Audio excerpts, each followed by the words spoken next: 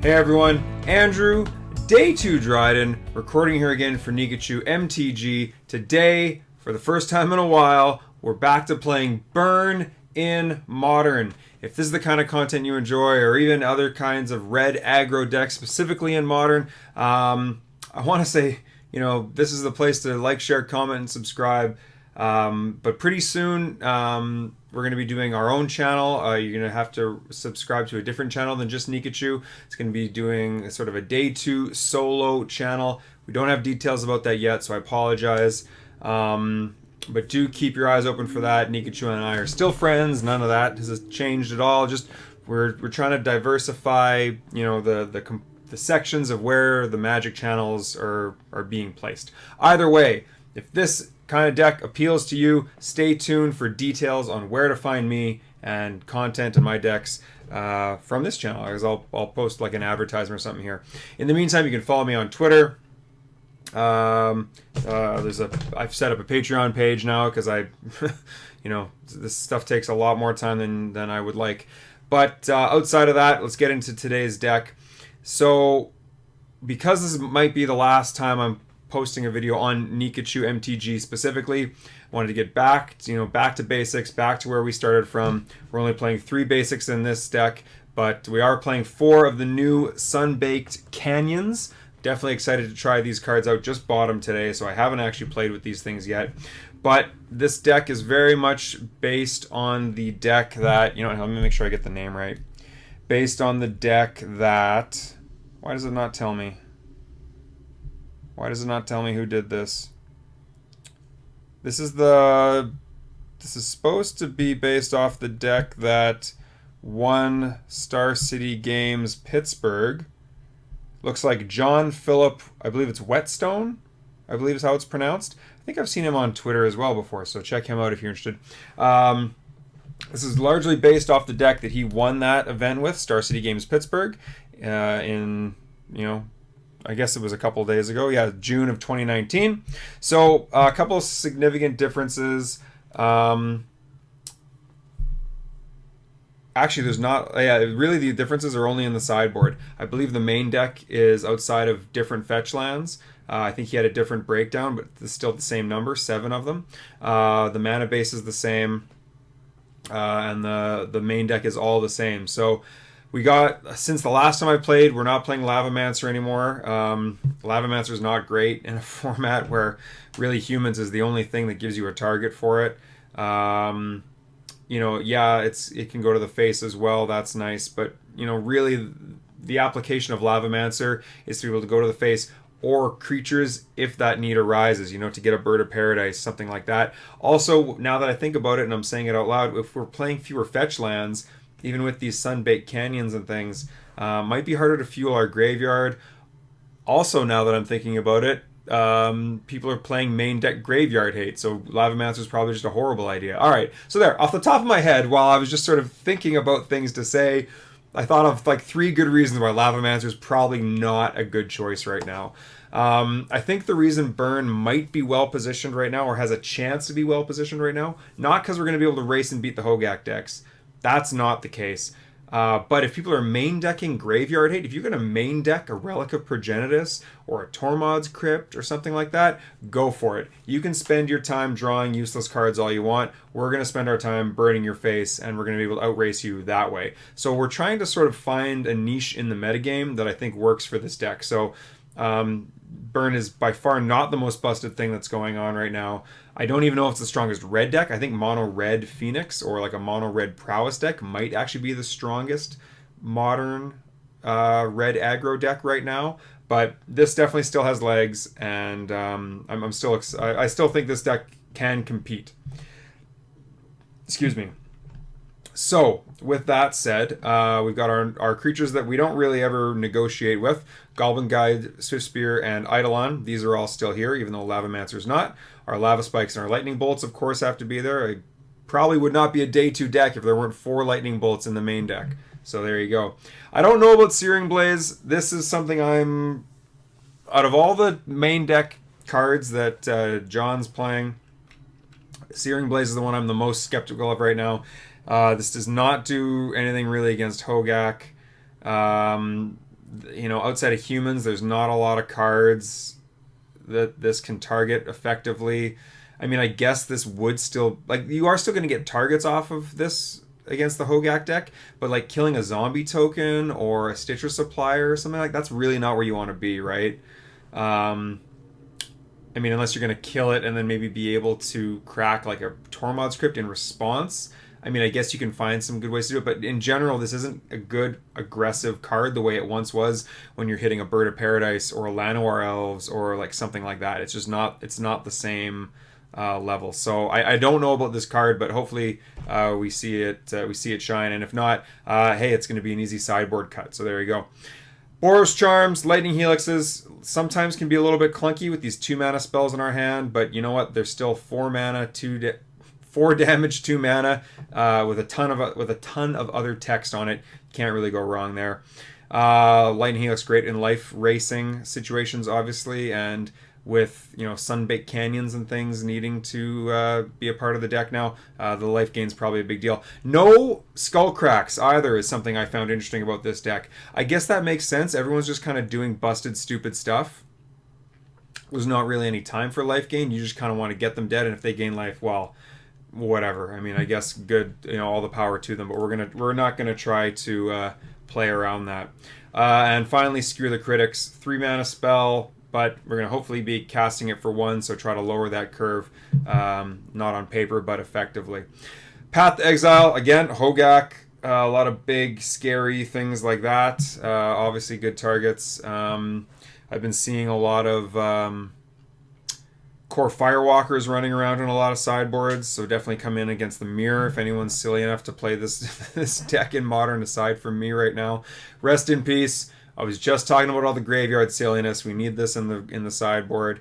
And then in addition to that, we have another 3 slots dedicated to the graveyard hate. This time costing 0 mana and able to just tap. Doesn't require an activated cost like Relic of Progenitus. You know what? I'm cutting a Rest in Peace for a Relic of Progenitus right now, actually. I do not want to be drawing multiple of these things. So I'm actually deviating on the fly here from Mr. Whetstone's list. So yeah, I'm actually going to add at least 1 Relic into the sideboard. I still don't mind those graveyard hate slots. That's fine. But, when you start drawing multiple of these things, I do really want to be able to cycle these into different things. I really do. So yeah, I think that's a better choice there. Okay, so like I was saying though, graveyard hate very important right now because Hogak is just busted. It's actually really limited my interest in Modern right now. The format is just so skewed right now. It's so warped. I'm busy with lots of stuff. Summer's here. I want to be spending time outside. I don't want to be just getting my head kicked in by some busted graveyard deck that I hope to God is banned on July 8th when the next ban restricted announcement comes out. Moving on though, Smash the Smithereens, lots of artifact decks still running around. Eldrazi Tron, Grixis Whir is now a thing. What else? There's a couple other lists or a couple other decks I wanted to mention. Is it Phoenix or things like that could be running things like Dragon's Claw. Humans will be running things like Aether Vial. Yeah, lots of stuff still going on there. So Smash still use. This is one of the main things. John's deck was different from mine. John's deck had Wear Tears. I don't know why he wants Wear Tears. I don't know why the enchantment removal was wanted. Maybe they were worried about like Bridge from Belows, things like that. I can't say. What I do know is that I feel like with this much graveyard hit already, I don't want to be dedicating more slots to that one specific deck. And I also want to be making sure I can get my game plan moving forward. So I am going to go with Smash Smithereens, though, you know what, hey, if I get wrecked from a ley line that people are bringing in now or a Bridge from Below, you know what, maybe I'll be proven wrong. And then again, a slightly strange choice, but you know what, hey, the guy won SCG Pittsburgh, so Searing Blood. So now again, even though I mentioned that these Searing Blazes are not really well positioned, we're going to have more copies in the sideboard. So Again, it's going to make the sideboarding relatively straightforward at least. And you know what? Maybe this is a smart choice. Maybe the idea is just go, okay, I don't want to lose to these matchups. I'm going to have really strong sideboard options for like these 3, maybe 4 decks with a little bit of play in between for most of the other stuff. Because any small creature decks, we are going to be well set up with the Searing Blazes and the Searing Bloods that I have sort of been shaving copies of lately. So, you know what? Hey, we'll see how it works out. But that's definitely a weighted risk in choosing to include those. So if you choose to do something like that, do be aware of how that plays. So that's the deck, largely based off of John Whetstone's Pittsburgh winning list. Hopefully I made sure to describe the reasons for all the cards and the changes I made, but either way, this will be Andrew, Day 2 Dryden, and I will see you in round 1 of our, I was going to say Modern Competitive League, but there's only one kind, our Modern MTGO League. So here we go in round 1. This hand looks pretty good to me. We got a turn 1 creature, we got Eidolon, we got 3 lands, and one of them we can even turn into something else if we start flooding out. Unfortunately, we're on the draw, but you know what? This is still a keep, so pretty easy keep in my opinion. I'm not sure if I'm going to go Sacred Foundry or Bloodstained Mire yet. If we're against something like Control, I will probably Sleight of Hand. Okay, so this is probably Is It Phoenix then? Normally I want to say Storm, but I'm thinking Is It Phoenix. Ooh, that's another good draw. The problem with Swift Spear is it doesn't play well with Skewer the Critics. And I'm very likely going to be tapping out on turn 2 for an Eidolon if this is it Phoenix. So for them to go like Manamorphose into something else, right? Let's try to slow that, make them have to pay for that to happen. So I'm going to start with the Goblin Guide, and I'll get a basic. Yeah, basic's fine. So let's see how this goes. Man, it's weird to play with these cards that Oh, it is Storm. Wow. All right. That's interesting. Well, again, another good reason to play Eidolon. So now the choice I have is, am I going to get rid of this Baral, or am I going to put out this Eidolon?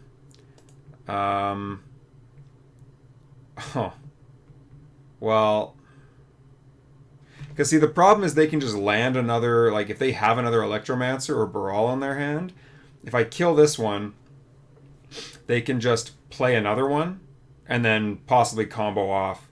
So for that reason, I think what we have to do is, what actually costs me more life? No, this probably has to come in. I'm not sure which. This is going to be tapping for mana this turn, so this is going to cost me 1. This is costing 2 right now, but then that's it. I'm probably... It's probably better just to pay the 2 life for this right now. Pass turn. So that's the reason why I didn't just kill Baral. I don't really like the idea very much of letting Baral sit there and go nuts, but before sideboarding, when maybe they don't have bolts and other removal spells sideboarded in, right? See, like I think they have to dig for an answer right now. I think this is the easier way to close the door. I could be wrong. Like if I were on the play, this would be way easier, right? Because then I could have just bolted the Baral or gotten rid of the Baral. And you know, like they don't get to just, you know, untap. Well, whatever, it doesn't matter. I'm rambling and none of it's really making sense. All right, was this like, yeah, let's say Gifts Ungiven. Okay. So at this point, they probably have to find a Grape Shot to kill the Eidolon. It's impressive that they're still managing to cast like 3 spells, even though one of them costs 4 mana. Yeah, Storm is... It's weird. Like, Storm is one of those decks that, like, okay, if we need to win by turn 3, I can do it. But it's also one of the decks that I was not expecting to see because there's so much graveyard hate in the world right now. I don't know, we'll see. We'll see what they give us. They pretty much have to get a removal spell for the Eidolon, I think. So if they have bolts in the main deck, I guess they have to put that and Grape Shot into the pot into our choices.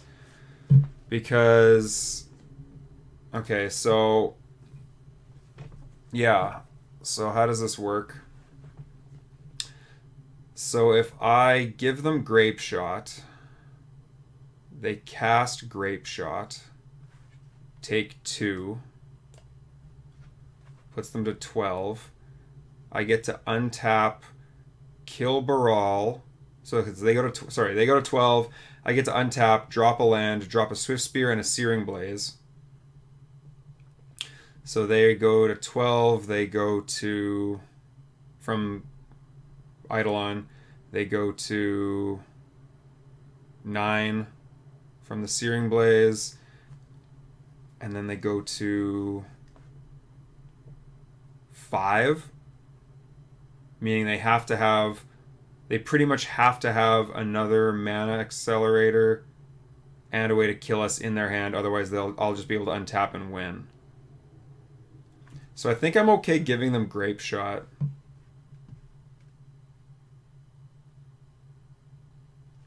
Oh no, because okay, here the problem is they have to. No, the problem is I give them Grape Shot and something else. They can keep going. That's the problem. And oh man. And then the other problem is that they didn't choose like Past in Flames. So if I put Grape Shot in the graveyard, maybe they just get to go Past in Flames anyway, if they have one in hand.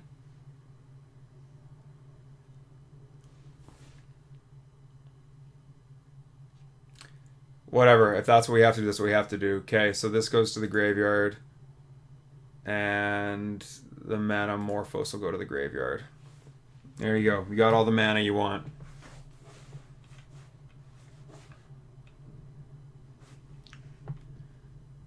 So, hold on, let me get this. They cast Pyretic. They're casting Desperate. Okay.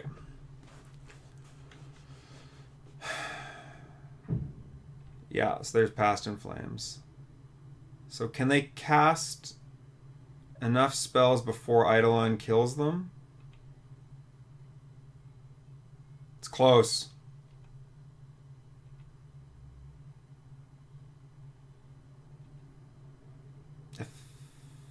Well, this is fine. As long as if they have another... Oh no, because they can mana more... Okay, so if they have like a Remand in their hand, then I'm in trouble. Because they could mana Morphos to make blue, Remand the Grape Shot, cast it again, I think. But if this is all that happens...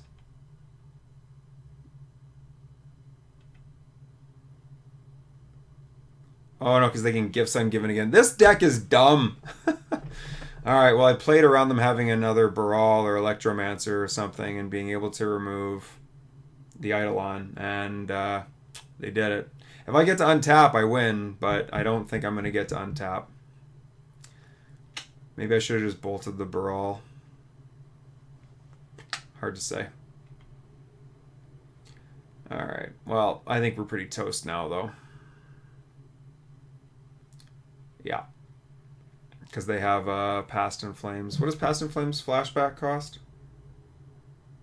5. So they can cast it for 4, and they have 3. So anything that makes mana.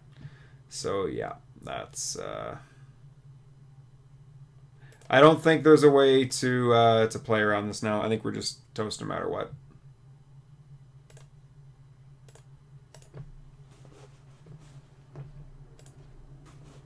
Yeah, there we go. All right. Good games, opponent. Oh, man. You know, when... yeah. Modern's so fun, man. When you're not getting your head kicked in by Hogak, you're getting just destroyed by old school Modern. Okay. So, well... what do I even want? Like... Oh, this is supposed to be a good matchup. I want Graveyard Hate, but what Graveyard Hate do I want? Like, I guess on the play, Rest in Peace is fine, and on the draw, we want Tormod's Crypts. I guess that's what we want. Whereas, I haven't played this matchup in so long.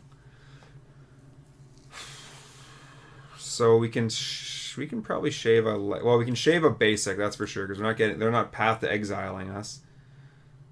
I could bring in maybe one of those, and then I don't know. I can shave a couple lava spikes.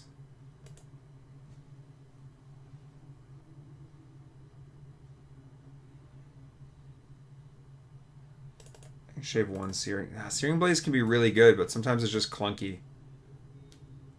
On the draw, it's pretty good. Or on the play, it's pretty good. Okay. We definitely want at least two of these in, but maybe we just don't want to overboard, right? Yeah, I think that's fine. The other problem with Searing Blood is it doesn't kill Baral. It'd be really nice if Searing Blood killed Baral, but of course it doesn't. See, if we were on the play that game, we would have won. Yes, I would like to play first. This hand is pretty great. This hand is pretty great.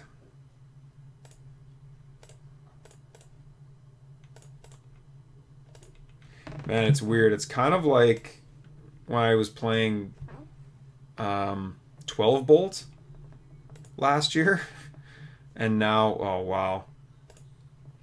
And went back to playing this. I'm like, oh, this is like putting on an old pair of shoes. So, okay, so I got the two options. I can either get all the 1-drops out of my hand now and attack in and, whatever. If they have a bolt, they've got a bolt. And then next turn drop an Eidolon. Or I can drop an Eidolon expecting them to probably have a bolt or something. And then next turn drop another Eidolon. Even if they have an answer for the first one. I think Eidolon's our strongest card in this game, so I think we're just going to do that. I think I'm just going to put 2 Eidolons in play in back-to-back turns and force them to have answers.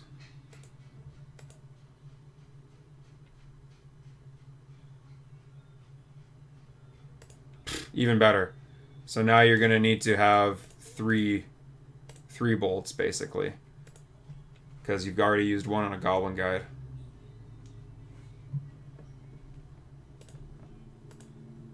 Sure. Yeah, that's fine. But let me ask you this.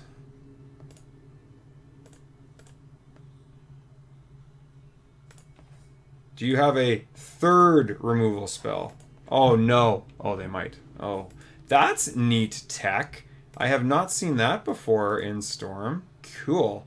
So this is sort of a mono red card that people in Phoenix, sorry, I shouldn't say in Phoenix, they might think Arizona. People playing Phoenix have been sort of toying around. I don't like it. I think it's too cute. But, against in Storm, hey, it's got, yeah, there we go. So there we go. Perfect. So we'll take these out. Well, keep one in. Definitely want one of these, though, on the draw a little bit slower. Maybe Screw the Critics isn't great either, actually. Yeah, you know what? Maybe it's... this feels really weak. Didn't I put a Relic in? Oh, right. I registered the list and then I changed my list. So the list I registered doesn't have that Relic of Progenitus in it. Okay, good to know. Yeah, sure. Let's go with a second Rest in Peace. What did we take out? We took out a Screw the Critics for a Tormod's Crypt? Yeah, that seems fair. Okay, well, we're getting really good hands. Well, this hand's a little bit mana heavy, but we got the Sunbaked Canyon. But we've had Eidolon in our hand every single game, so... And a turn 1 creature for that matter. Our opponent just had the absolute nuts. Well, maybe not the absolute nuts, but I played around them having not... I tried to play around them having another mana acceler, an Electromancer or a Baral in their hand in game 1, and maybe that was the line. Maybe it was supposed to force them to do something like that. Okay, that's fine. Oh yeah, what did they do with the Serum Visions? One card on the bottom and one on top. Okay, well they didn't just drop a Electromancer or anything on turn 2, so that's nice. That makes me feel a little bit better about my life. We're drawing a little bit weak here. I am willing to deck thin a tiny bit.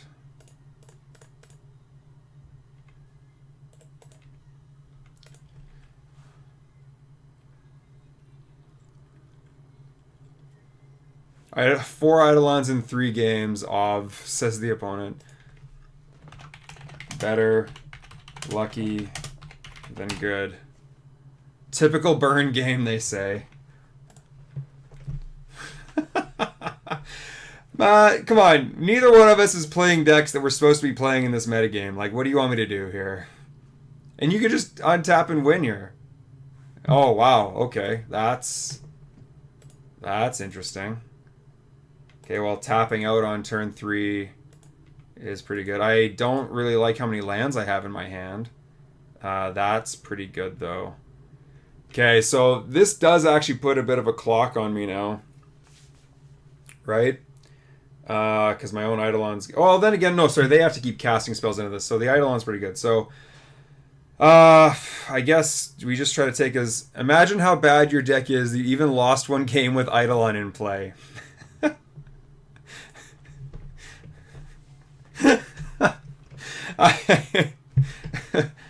I don't need to imagine. It happened. Remember? Question mark. Ah, good times. Good times. Good times had by all. You know, I can still lose this game too. That's the crazy thing. You need to imagine how bad the deck is. Not losing the game.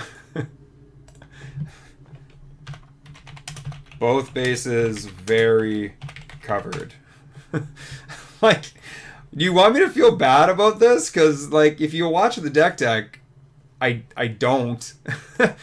Nor will I. Like, I'm not sure what you want to have happen here, but I'm not going to shame concede. Alright, so I haven't actually added this up. So, you're down. Okay, you get to cast 3 spells. Have fun. I'm literally losing today against everyone. Doesn't matter what or how they play. Well, I'm glad to have been another of your losses. I don't know. I feel bad for the opponent a little bit because like sometimes when you have those bad days, they're tough. And but what are you doing? You're playing Storm in a meta full of graveyard hate. I don't know. Maybe you got some cool sideboard plan, but like, I don't know. Well, hopefully the opponent sees the game and maybe they can comment on why not killing their Baral was the right line. Maybe there was something I wasn't thinking of, but I thought putting the Eidolon out and making them need to have removal as opposed to killing the Baral and making them need to have another Baral effect. So either way, saltiness will not save you. And yeah, this is awesome. Here, I'm gonna screenshot this. I'm gonna put this on Twitter. Social media. I don't know. Social media drunkard. That's what I am, apparently. Either way, Andrew, day 2 Dryden. We're 1-0, back on the burn train in Modern, and I will see you in round 2. All right, here we go. Round 2 on the draw again. But hey, this hand is great. 3 lands. One of them, again, turns into something else if we need it to, and we got a turn 1 guide into a couple other options if we don't get a target for our Searing Blaze. So, good news there. It looks like we will probably get a target for our Searing Blaze. I'm thinking this is going to be... Oh, okay. No, now I'm not sure what we're doing. So, this like 5-color Death Shadow or something? Yeah, you take that. That's the obvious one. I don't know what we're playing against here, but since... excuse me. But since there's a Street Wraith, I'm assuming there's Death Shadows. So, right, normal play with Death Shadows is to try to get a whole bunch of spells together, let them get to a low life total, and then go like spell, spell, spell, untap, spell, spell, spell. So for that reason, I actually don't want to throw this Lava Spike away. I'm going to play the Sacred Foundry. I'm not going to pay the life, and I'm just going to pass the turn. So, we'll see how that goes. I don't know if that's smart or not. It's possible I should just play the Inspiring Vantage and hold up Lightning Bolt. But I don't actually know what's going on here yet. Well, there we go. Actually, I'll also say this. Well done to their name. Dank Confidant. That's pretty funny. I do find that pretty hilarious. Okay, so basically we didn't change much there. We could have either bolted in response, or I guess the one difference here is we could have bolted the Death Shadow. Actually, I guess that is the one problem here, because wow, this is great. Because if you're relatively new to Burn, or if you haven't seen this interaction before, what happens is if I Searing Blaze the Death Shadow and the opponent, what will happen is that before state-based actions are checked, before the game checks to see if the Death Shadow has died, their life total will be lower, and so the Death Shadow will affect, well, for the purposes of like it dying or not, it'll simultaneously get bigger as it takes the damage, and so a 2/2 Death Shadow will not die to a Searing Blaze. So we don't have a lot of options here, and we're just kind of flooding out. So I'm tempted to just crack this Sunbaked Canyon. Like, I do kind of want the 3 lands, and right now I'm basically sacrificing a land drop, but you know what, I'm at 20 life and I'm drawing a whole bunch of crap, so I think we need to do this to try and get a... Okay, see, like, so that's better than nothing, I guess. That's going to make the next few turns a little bit interesting. Eidolon is a difficult card to play with properly against Death Shadows. Interesting. All right, Mardu Death Shadow. So that's a new one. All right, so the nice thing is I don't have to worry about stubborn denials, but you got to assume those other things are going to be there, though. I'm so tripping on my tongue with card names today. The Temur Battle Rage is obviously going to be there. Okay, so oh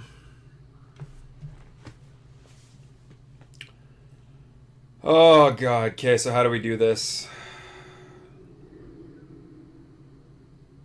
I mean, if they're playing Lightning Helix, that would kind of suck. Although I don't think they'd be doing that. Maybe. So I don't know. I don't want to Lava Spike them right now. So we suspend a Rift Bolt, and then next turn we try to Searing Blaze and Lava Spike them to death? I mean, that's a line. The other option is we play the Eidolon.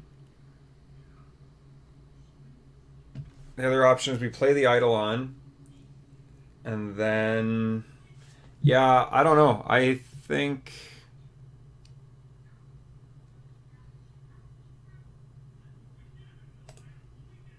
Yeah, I don't know what exactly could go wrong, but I think the plan is to... Oh, whoops. Turn off auto yields. I played a land this turn, right? Because I want to make sure my... Yes, okay. I was like, using the Sunbaked Canyon kind of had me a bit confused there. So yeah, I mean, it might have been right to play the Eidolon, but I feel like it opens us up to removal, which, I mean, isn't the worst, but getting in 2 damage isn't really what I want to do when I have 9 damage in my hand, and they're at 9. Ranger Vios. Okay, sure. Yeah, okay. What do you get, like another Death Shadow? That's fine.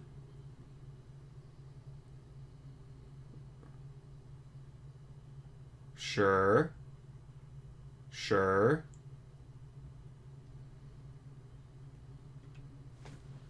You're aware that I just have lethal in hand, right?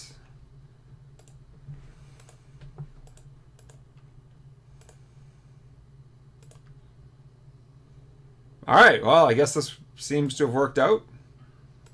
I don't know what they could have, but...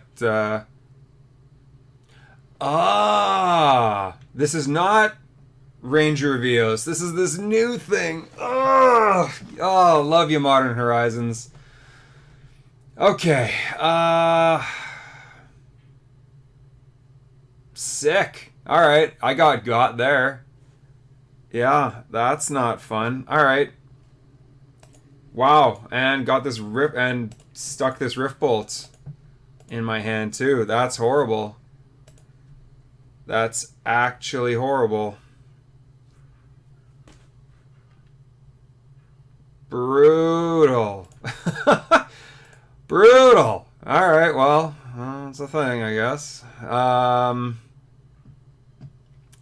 So I can't cast non-creature spells this turn. Wow, that sucks. Okay, well, new plan. We have a creature spell we can cast at least. Oh no, okay, yeah, that's fine. I can't cast the Eidolon and the Searing Blaze, so I was thinking I could at least Searing Blaze on their turn anyway, but I don't have the mana for that, so...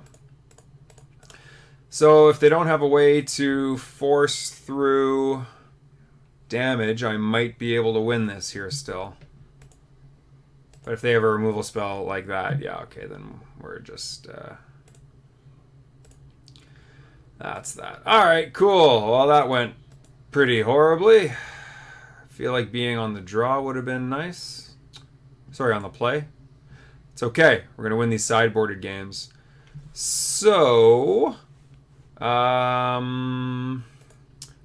yeah, Searing Blaze is normally pretty bad, although it would have been good against that Ranger, Captain, whatever, but we definitely want Paths. Paths seem good. You gotta think they're probably playing with Gurmag Anglers, right? Maybe? I mean, black and white. They could even be using... Lingering Souls, so maybe we want some Graveyard Hate? That's tough. Yeah, overall, I don't think these Searing Blazes are great. So I'm willing to take those out. I can put one Tormod's Crypt in. Maybe a Rest in Peace is better. I put a Rest in Peace in. Just hedge against some graveyard stuff, but yeah. But I mean, in general, I think we need to race and win. We just kind of... Wow, yeah, that Ranger really got me. I should probably start reading the cards a little bit more closely. I didn't realize that was a Modern Horizons card. I thought it was just alternate art Ranger of Eos or something like that. Was not. Was not what that was. Yeah, until I see something else, these are the only changes I want to make. I might be making a mistake here. I might be totally opening myself up, but yeah, hand looks good. Hand looks good. One question is whether I want to... I took the Searing Blazes out, so I guess I might as well fetch now. I don't really need a lot of white mana. I could probably even just fetch a basic if I wanted to.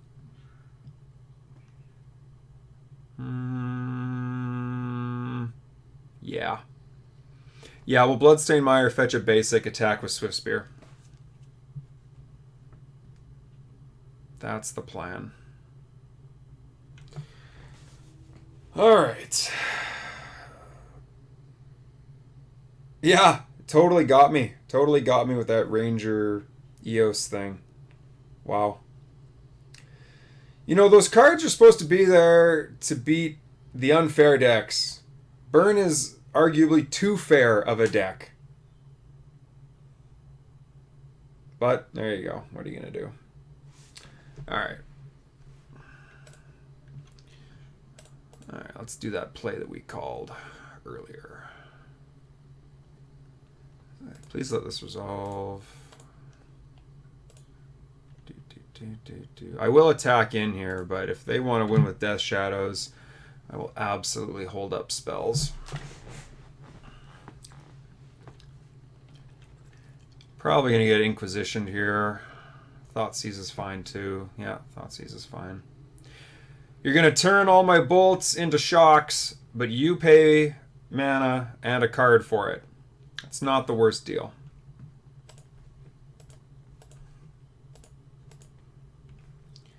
Alright. Sure. Do they do that at my draw step so they know about this Goblin Guide? That's not clear when that happened. Either way.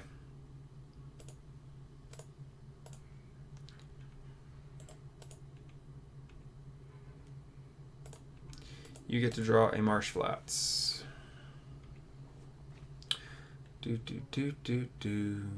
Alright. Another bauble. It's like you're playing Storm. Targeting me. No. Targeting themselves. I guess they're deciding whether they want to play a Marsh Flats and shuffle things away, or if they want to... Well, if they only have the Marsh Flats, then it's like that's a waste. Like, I don't know why you would do that, but... So I'm guessing they have another land in hand. I guess the other option was if there was a land on top, they could wait for the Goblin Guide to attack, then use like instant speed removal spells. Maybe that's what they've got.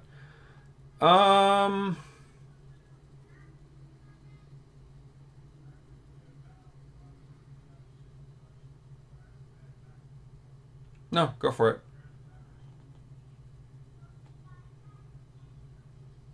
Takes the Skewer the Critics. It's interesting. So we bolt them to 5. We attack in. They block the guide. They go to 4. Yeah, that's not enough. Okay, well. But I think we got it otherwise. I think if we just bolt them, skewer them, and attack in, I think... Yeah, I don't see how this goes poorly. Unless they have that, like, red or the black force card as well. That would be bad, I guess. Yeah, let's just go for the win.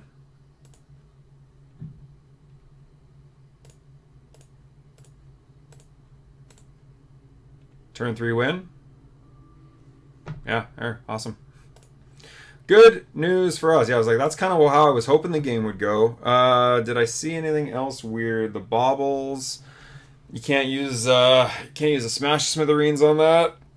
Still didn't see anything like Gurmag Angler or anything, but you got to think with they're filling up their graveyard like that, you got to think a Gurmag Angler or two is probably in their deck. So I think 1 Rest in Peace is probably fine. We really do want those paths for any big threats like that, but whatever. Yeah, I didn't see anything that's going to make me change anything, so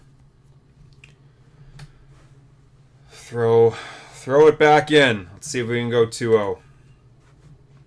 We're getting decent hands. Mix of lands and spells, that's what we need. Keep.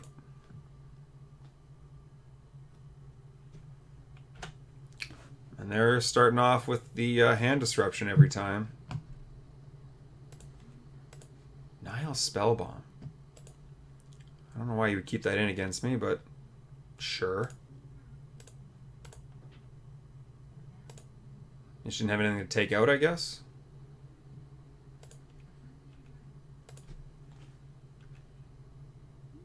Like, do you think this is Phoenix or something? I don't know. But that definitely doesn't seem like a great card against me.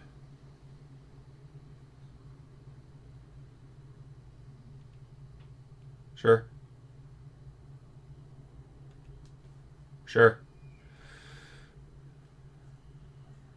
A lot of redundancy in my hand. Unfortunately, it's a little clunky. I would like to have 1 more 1-mana spell and 1 fewer 2-mana spell, at least. Especially since they are going aggro. Wow. They're down to 3. They're down to 9 life already. Can I get away with attacking into this Death Shadow and then Lightning Helixing it if they block? Maybe I don't even want to do it. Maybe they want their life total to go down. They can just like Teamer Battle Rage me or something.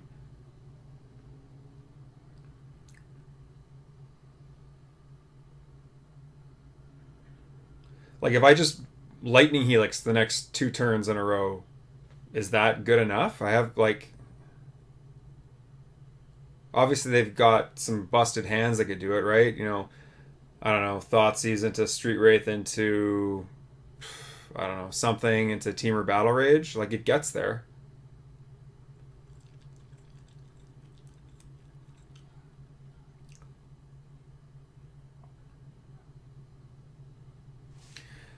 I'm pretty sure I'm just supposed to play this Foothills, hold up a Lightning Helix, and then next turn untap and try to win. I'm pretty sure that's all I'm supposed to do. I guess if I'm going to do that, then playing the Foundry is better than the Foothills, since it technically costs me 1 less life. Yeah, alright. Well, that's my plan.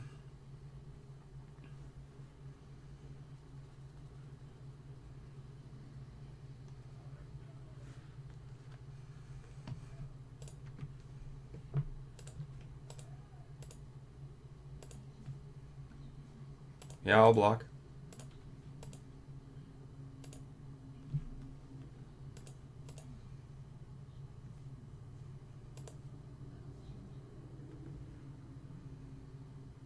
I don't think that does it.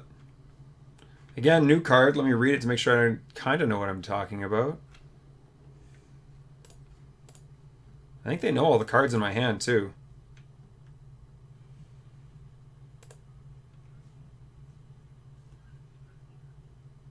Sweet! We got there. Burn! Back on the map! Who knew? I guess people are playing things like Nile Spellbomb, and you're like, good for you? Bolt? Bolt beats Spellbomb in this case, so yeah, I mean, good job on our opponent, but if you're playing Death Shadows, you better be careful with what you're doing. I think our opponent got a little too aggressive and did a little bit too much work for us. So we got there either way. We're 2-0 in this league already. So I will see you in round 3. All right, finally we get a hand that we have to think about. So only 1 land, but we do have 3 1-mana plays and some pretty strong 2-mana plays. Almost no matter what our opponent's doing. We're on the... I think this hand is a keep, but this could go badly. But I think this is a keep still. You still have Lava Spike, Rift Bolt, and another Lava Spike. If you draw a land, if we're against like a creature deck or something, Searing Blaze is good. If we're against sort of a combo deck, Eidolon can be good. Obviously, this is horrible if we're against like Hogak or something like that, but our main deck isn't really built for that anyway. So, yeah, I'm going to keep this and hope that this works out. Okay, so if this is control, this is okay. This is a pretty good hand against control. It's pretty stacked. If this is against Is It Phoenix, okay. If this is against Is It Phoenix or Storm, we should be okay. We should be competitive.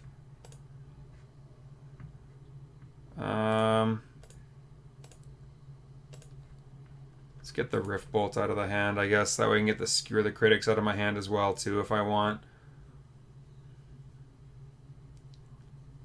Another Sleight of Hand. Okay. They miss a... Okay, they didn't miss a land drop. That's a Foil Spire Bluff. Thought Scour. Okay, so this is looking a lot like... Yeah, this is looking like some sort of a... Is It Phoenix list to me? But, I mean, could be a few things still. That's a good draw. That is a good draw.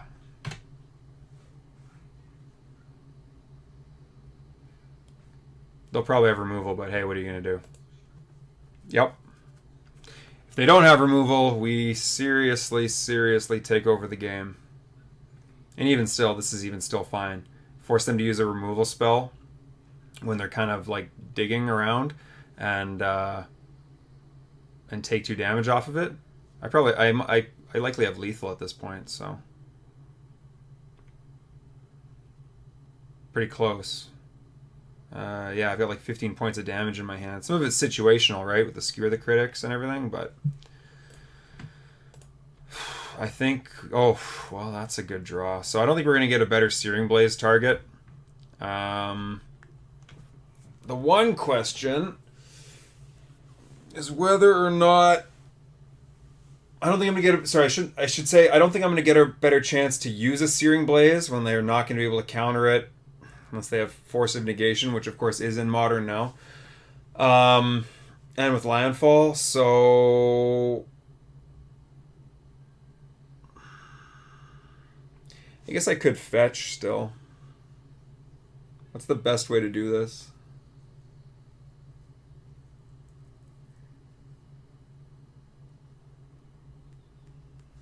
What's the best way to do this? I think getting the Skewer the Critics out of my hand is probably the best use of my mana. Just do this now.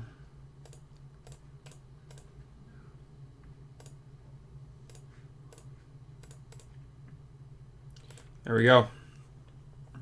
And if we get to untap, I like our odds.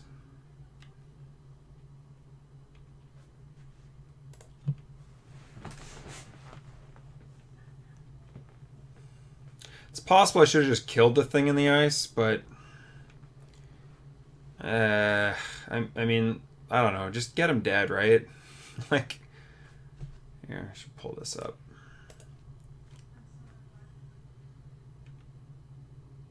All right, how many Phoenixes you got? Probably at least one, right? If you just throw some Phoenixes on the board, I mean, that's fine. I just win.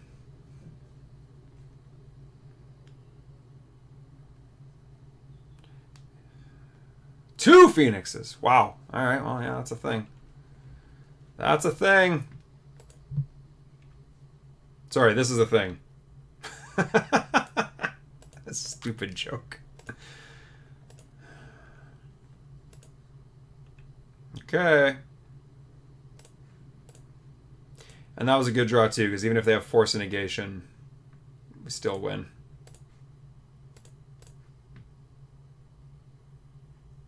Nice. Alrighty then. So we want Paths. We want Searing Bloods. Definitely want those things. Searing Blazes are okay. I don't think I need this many copies, but they're okay. Shave one at least. The Searing Blood is just better in this matchup for the most part. Against Phoenix, it's definitely better. Or against Phoenix, Searing Blood is definitely better. So what do we not want? Yeah, our deck is pretty well set up, to be honest. I'm also really enjoying this 20 land mana base with these Sunbaked Canyons. They've shown up a lot so far, but this just feels so smooth. I haven't commented on it yet. This feels really smooth. We can be kind of in a race, so I don't really want to cut the helixes, but we could. None of these are that amazing. I guess Goblin Guide's not great, but it's really got to be hard for me to cut those in the Swift Spears. It's tough. I guess we've got a lot of removal here, so maybe we don't want all of these because we're bringing in these Path to Exiles as well for the bigger threats. Yeah, maybe that's better. And then do we want Rest in Peace or Tormod's Crypt? Right, they're a graveyard deck. We probably do. Yeah, we got to bring something in. Okay, so let's shave a skewer. Let's shave 2 skewers and a rift bolt. And a lightning helix. And a swift spear. One of these, one of these. Something like that. I don't know. I might not be putting in enough graveyard 8. It's also possible I could take a land out. I could go down to 19 lands, possibly.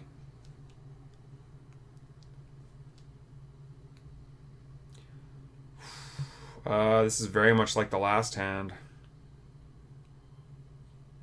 Like the last game. Guides. You know what? I'm keeping this. This is strong. We need a land, but this is a strong hand. As far as one-landers go, this is pretty good. We have... Normally my rule is like around 3 one-mana spells. Modern is a bit faster than when I sort of made that general rule for myself. But 4 one-mana spells, 2 of which are Goblin Guides, obviously very strong. It would be obviously even better if we were on the draw or on the play to be able to just slam a Goblin Guide and get in before our opponent can do anything. But, I mean, what are you going to do? Land. Okay, well, if we get another land, these Eidolons are going to be very strong. Let's see if we eat a bolt here. No, but they're going to draw Phoenix. Let's see if they shuffle that away or not. They don't. So they wanted to draw the Phoenix. Makes sense.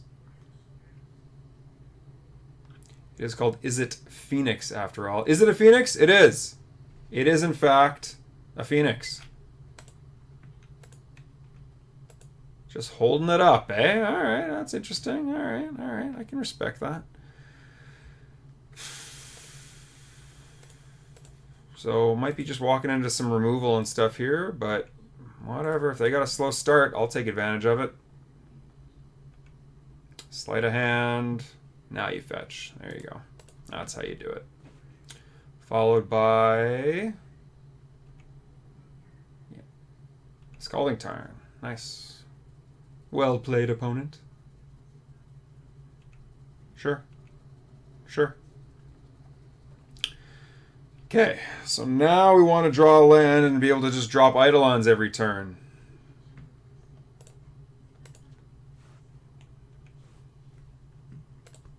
This would be a very good time to be able to play an Eidolon.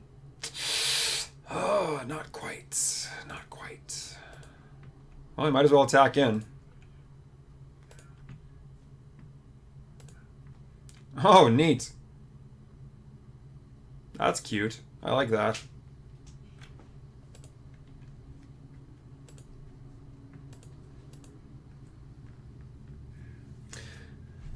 Yeah, I say, if you block, I will absolutely try and bolt this. Absolutely try and bolt this thing in the ice. Because I have nothing going on right now, and I need to... Gotta have a counter, right? No! Oh, excellent. Excellent. So Magmatic Sinkhole is no longer on top. It takes a lot to keep this area organized. I remember when Nikachu was playing Burn or something for like one series or something like that, and he was just not paying any attention to it. He's got no idea what's in his opponent's hand. Yeah, one land here was not fast enough. They so how many Phoenixes? If they're only going to get 1 Phoenix out, that's not too bad. If they get a couple, I think we might be in a little bit of trouble, especially if I don't draw a land. If they can put like 1 Phoenix out, I can draw a land. They haven't discarded a Phoenix. They have a 3rd Faithless Looting? Thing in the ice. Oh, there. Sorry, I missed it. Yeah. So if I can draw a land and Searing Blaze this Phoenix, I think I'll be in good shape. In fact, if I draw a land and I attack and they block, I'd probably even actually just hit the thing in the ice with the Searing Blaze. This is not what... No, that's not what we wanted. It's not what was supposed to happen. Oh boy. All right. Well, we're just not getting any help from our lands here. So, I think we're on defensive now. They only got 2 cards in hand, so hopefully they can't string together too many spells. Do have Faithless Looting flashbacks, but that does cost a lot of mana. So if they can't go like Manamorphose into something like super cheap, I think we'll be okay with this thing in the ice. So I just need to start casting whatever spells I can. So we're gonna suspend this. We're gonna suspend this and pass the turn.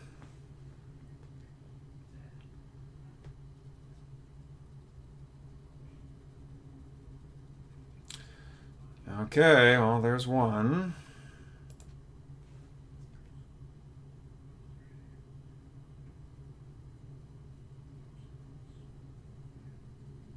Flashback?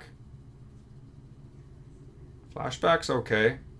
Means you'll need a land and a 1-mana spell to be able to...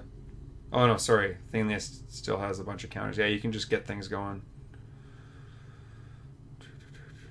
Oh, that's not good. That is not good. That's very strong. That's very strong. So now we need to draw, like... We might even just be dead. No, we're not just dead, but we need to draw...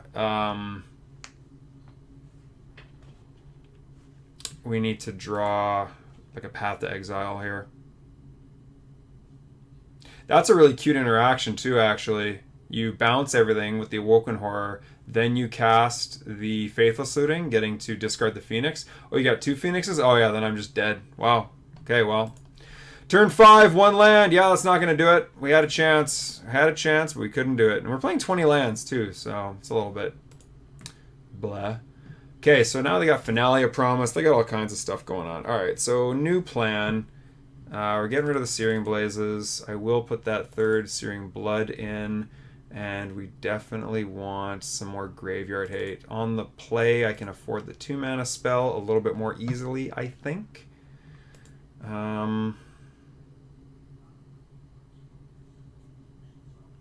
Anything else?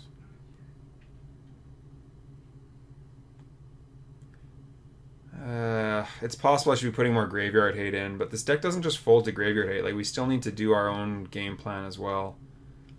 So let's put in one more. On the play, you know what? Let's take a Helix out for a Tormod's Crypt. Yeah, let's do that. Yes, play first. Ugh, 1 land hand, no creature. Oh, sir, well, we have a creature, I guess. We have a lot of good answers. Oh, this is not a great hand. This isn't... Oh, if we draw a 2nd land, like, we can just do our thing. This is a pretty good hand, but... Same problem as last time. You know what?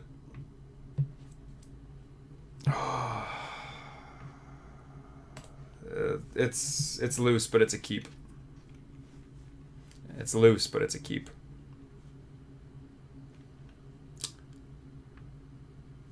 The strength of Eidolon and Path and not wanting to get rid of cards. I think with a London mulligan, I'd be more willing to throw that hand away, but when I'm going down to 6, it's tough.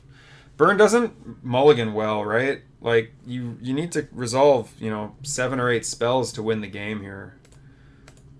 And going down cards is not a good way to do that. That's not a good draw. It's not a good draw. We are in trouble. So, I mean, we're in... Oh, come on. Yeah.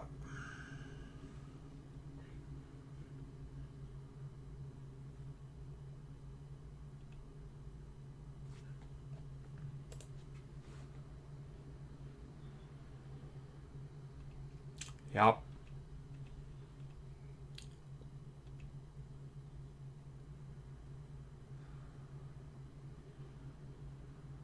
So I'm a little worried. We saw Spell Pierce. We saw Force and Negation. I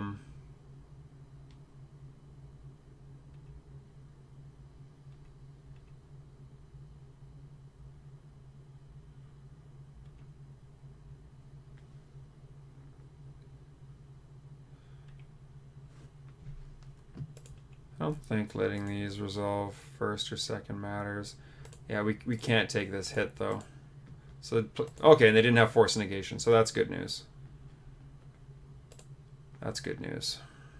So they put on a lot of work to flip that thing. Land! Come on!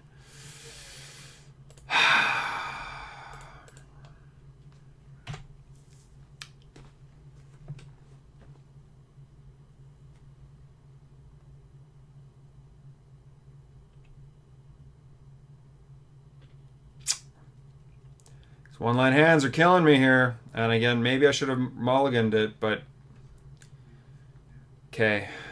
Yeah, well, we're Rift Bolting their face regardless.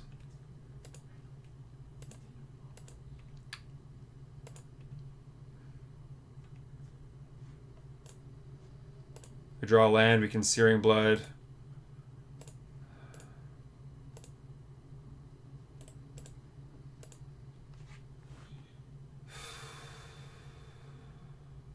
So if we draw land, we can Searing Blood. If we don't, we can Skewer the Critics it. But I would really rather Searing Blood this thing in their combat step, so they can't like just put some spells together and reanimate it. Maybe this might be a little bit too clever, but we'll see. See what happens. I have 4 cards in hand. That's a lot of cards. Jeez, that's pretty strong too. Okay, so how do we win this game now? So let's say they've got a counter. If I Helix them, I go to 11. They go to 7. I get attacked. I go to 5. I get to untap. I can Searing Blood. If I draw a land, then we can win? No, not quite. So we need to, yeah, we need to start winning this this race here. Okay. All right, well, if they have a counter, we're in trouble. But there's no way to really play around it. That was good news. That helps a lot.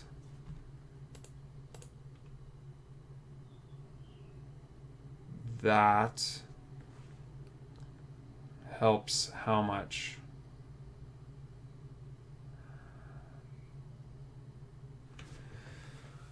Oh, because they can just possibly get these Phoenixes back. So I Helix them. They go to 4. They go to 4. I go to 8. I could absolutely still die.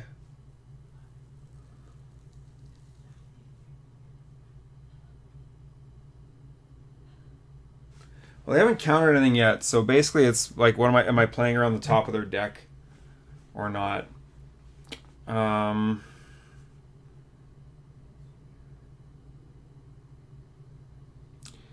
other thing is these Rift Bolts and these Skewer the Critics are really awkward. Okay, so what happens if I Helix the Phoenix? They stay at 7, I go to 8. No, I think I just have to let the Phoenix sort of happen.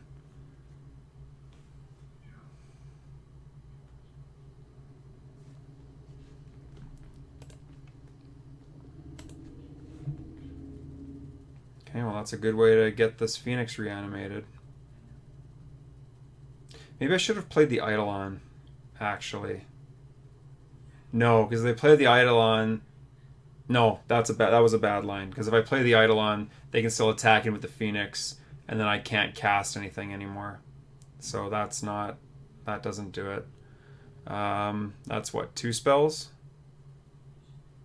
Yeah, Looting and Serum Visions. Thought Scour. Okay. So if they can't counter anything or bolt me, I think we're still good. I think at this point I need to stop pressing my luck, and I need to just try to play around them not having a bolt. I should have cast Lightning Helix in response to this Faithless Looting before they drew more cards, because they could have found a Force Negation, or yeah, I haven't seen any Spell Pierces or anything yet, so yeah.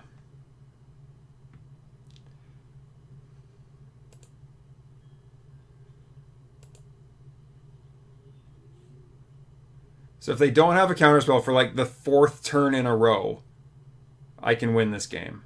But that's the only way. I need to Helix them and then untap and Boros Charm them.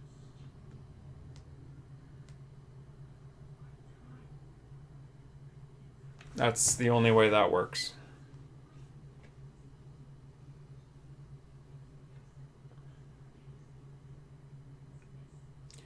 It's pretty greedy, and we would I would have to say that would be very... I mean, I don't know. We could say you got unlucky with the lands in the first place, but I would consider that lucky if we were able to make this work somehow.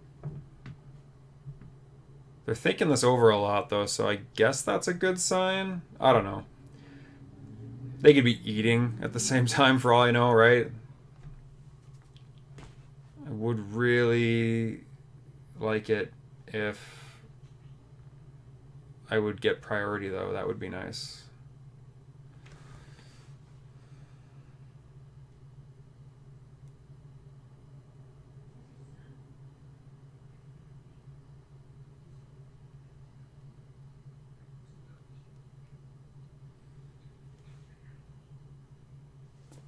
You're attacking me for lethal. Can I please have priority?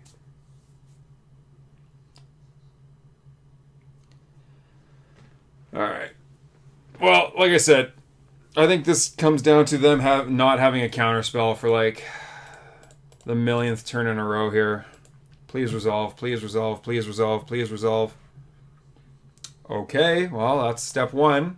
If they have a bolt, I'm also dead. But there's nothing I can do about that. I get to untap. Really? Well, good games to our opponent if this resolves. And no, they gotta have something, right? Spell Pierce? Why wouldn't you counter the Lightning Helix? Maybe you're trolling me here. Could be trolling me here.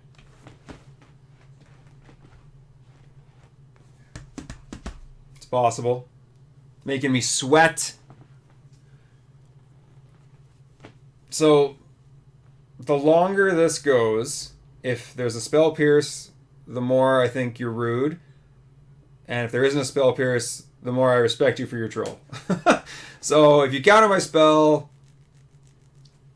nuts to you. And if you don't, hey, well played. Sorry it worked out this way. But, you know, you are... Hey! Wow, look at that. Okay, so hats off to a troll. Like, what? Maybe he'll resign. I am not resigning. I will sit here and tell bad puns and dad jokes for all the internet to see, you know? Like, you will not outweight me. So, well done to our opponent. That was some seriously bad luck. Again, on our part with the lands, but also on their part. They didn't counter. We didn't see a single... They obviously didn't have a Spell Pierce in hand. And, I mean, it's possible they could have had a Force of Negation, but only, like, they didn't have another blue card. I don't think that's the case, though, because, like, I think they pitched a Sleight of Hand here. So, like, I don't know. It sounds to me like all the counter spells were in the bottom part of their deck. Either way, hey, we're 3-0! We're 3-0! With Burn, a deck that nobody said could compete anymore. Except for John, I think it's Whetstone. I'm not sure if I'm pronouncing that properly. The guy who won SCG Pittsburgh. So yeah, that's awesome, fantastic. When we beat like all different archetypes, and we've been able to compete here. This has been great. This mana base, aside from a little bit of rockiness here, has felt great with these Sunbaked Canyons. I was not sure how this was gonna feel, but it's been awesome. So yeah, we're going into round 4. This has been Andrew, day 2 Dryden, and I will see you there. Here we go in round 4. We're playing mono on the draw matches so far, because I don't think we've been on the play once this league.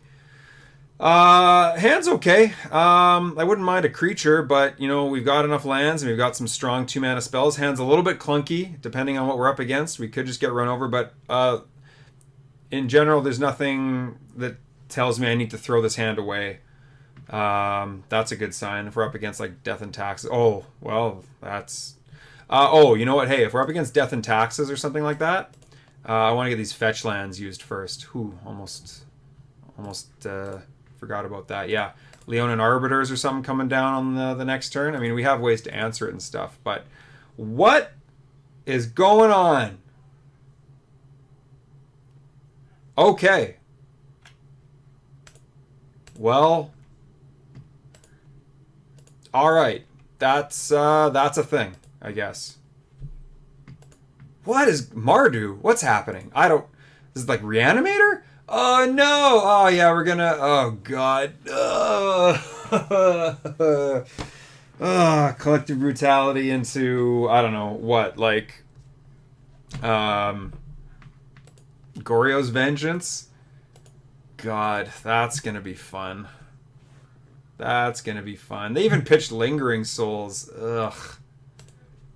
So I get to combo you, or I get to grind you out. I have so many options. Hey, they only did 2 modes. -2, -2, and they didn't... Wait, did they choose? Oh, no, right. They discarded... Yeah, okay, I figured it out. Never mind. Discarding 2 cards plus casting the card. Yeah, that's a thing. All right, good times. Good times. So what are we facing? We facing a bunch of 1/1 tokens, or are we facing an Iona? Because I'll be honest, I would... that's okay. Each player discards a card. Yeah, so we're going to get rid of this Liliana immediately. And then we're going to get rid of this Sacred Foundry. You know what? I should have... that was a mistake. I should have let them discard a card first as well, so that they didn't have as much information. Mardu with a Reanimator sort of feel to it. That's interesting. I like it. Well, I know everything that's in my hand. I guess let's do this and then this. Alright. Well, they're down to 1 card, so if all you can do is like throw some Lingering Souls tokens at me, I think I can beat that. But we'll see. Eidolon was a good draw. Sure. Sure. That's a good mana sink, I'll give you that. I'm tempted to get that Shambling Vent out of there, I'm not gonna lie. I'm tempted to get it out of there with a Boros Charm, so how does this work? I can smash them for 6, but I take 2, so they go to 10, I go to 12. Or, and then next turn they attack me. So they go to, so then we're both at 12. I like the idea of holding up Eidolon as a way to get rid of the Shambling Vent. I'm not a huge fan of it, but we'll see what happens here.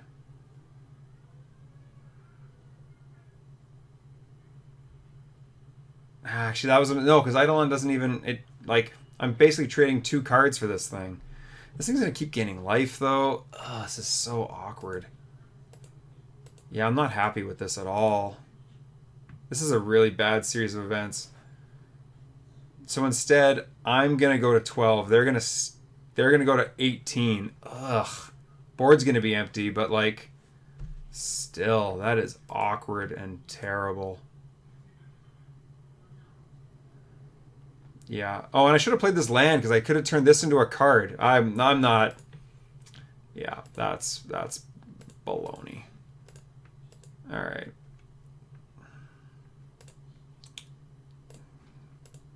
I cannot remember the last time I used double strike on the double strike mode on Boros Charm.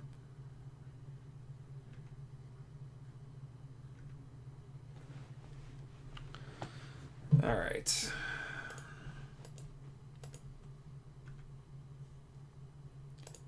That's pretty good though. That's a good draw. Okay, who can top deck better? Might be me. We'll see.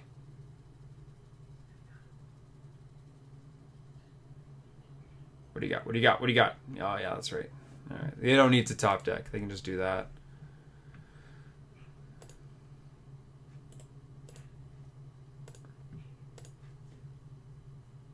Oh, I have Searing Blazes in the deck right now, though. That was a mistake.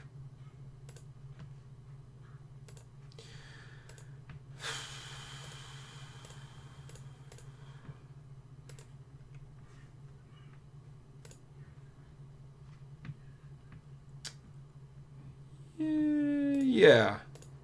Let's get this out of here.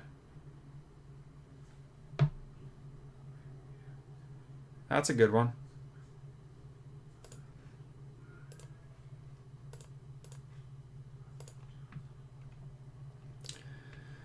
Okay, so now how do we do this? So we can attack in. They might just block. They'll block with one if I use this other spell. They might block with one anyway.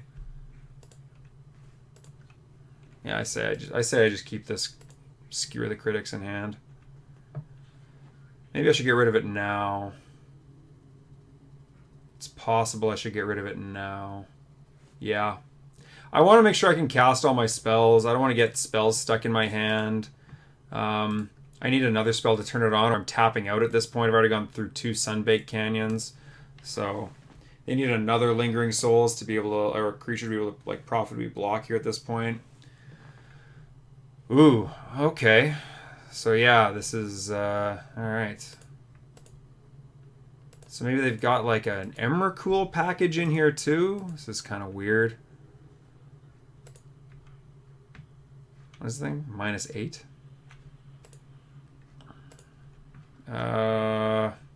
This is awkward. Goes up by 2 every turn? Oh, that's stupid. 5, 7. Let's attack them. Okay.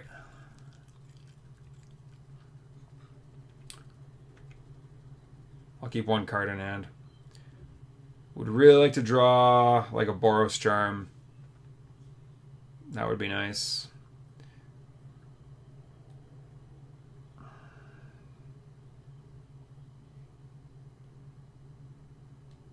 Oh, that's a good draw. Discard 2 cards, then draw 2 cards. Well, you only get to discard 1, but sure. Okay, come on, something good, something good. Well, that's not great, but it'll do. So if we attack... Does this thing have an extra ability? I don't remember. Yeah, 3. Okay, so if it dies, it's actually kind of annoying. Okay, so I'm going to assume there's probably another Iona or an Emrakul or something disgusting in their deck. So that probably means I can't let this Nahiri just do its whole thing. So I probably have to... Yeah.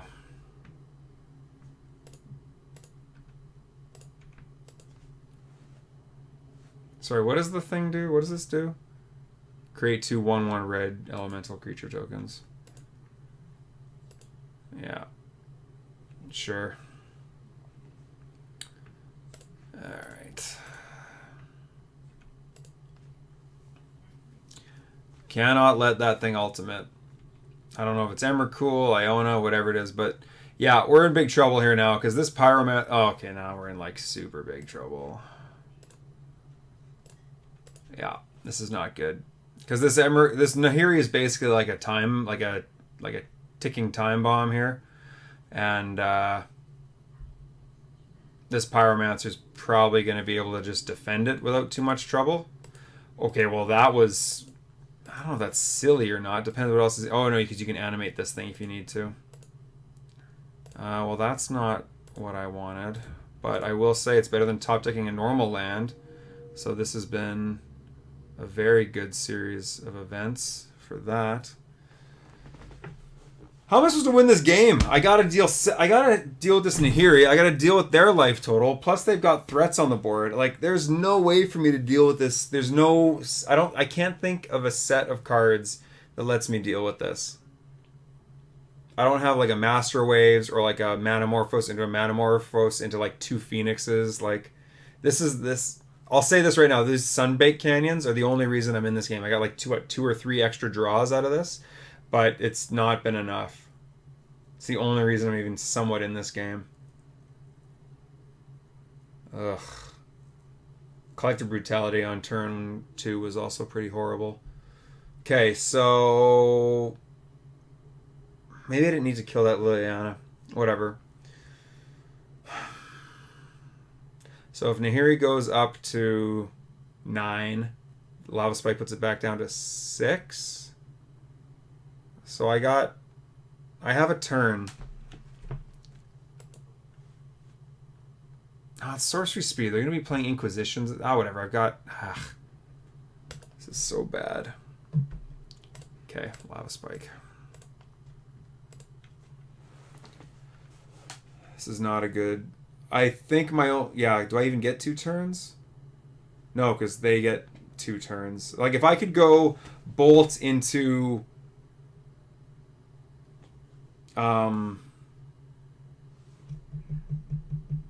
like Boros Charm.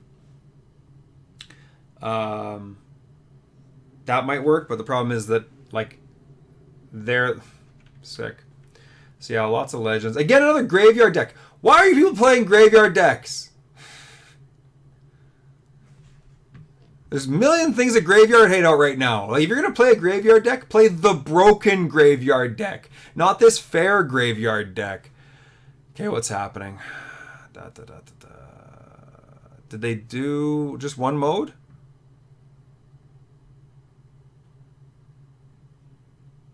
Sorry, I lost track what's going on. No, they just did this with one mode, saw that I have nothing but a land in my hand. And now they get to... Oh, they must have done something. Maybe they didn't discard with this. You may discard a card. Yeah, maybe it's part of casting Collective Brutality. Yeah, that makes way more sense. Okay, so yeah, no, and again, I just... Oh, God. There's no way we're winning this game. Okay, well, you're going to keep showing me... You're going to keep showing me cards. That's what's going to happen here. I'm going to force you to keep showing me cards so that I know what you got going on here. You got Elish Norn. You got Liliana, Iona, Collective Brutalities. That's good times. Discards Blackleaf Cliffs. Draws a card. Yeah. That's not going to do it. I get one more turn. That's where I have like... Haiditsuku's Revenge or something like that. Yeah, that's not going to do it either. Okay, cool. Okay, so another weird not Hogak graveyard deck. Sure, good for you. So we definitely want the Searing Bloods. Those look very good in this. They had Engineered Explosives, but I'm not too worried about it. We want like our whole sideboard here. Yeah, we definitely want some Paths. Eidolon's probably okay. Maybe we want to be the control? Is that how we want to do this? Is that how we want to do this? I can shave a couple of these down to 61, but I don't have any of this stuff in here yet. Okay, we want Rest in Peace. We want a Tormod's Crypt. We definitely want this.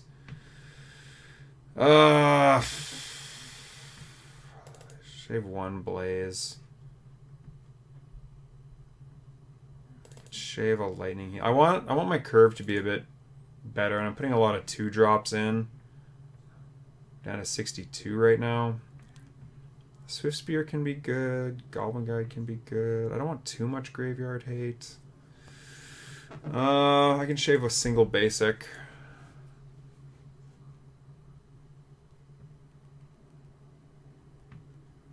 Eidolon's okay on the play especially.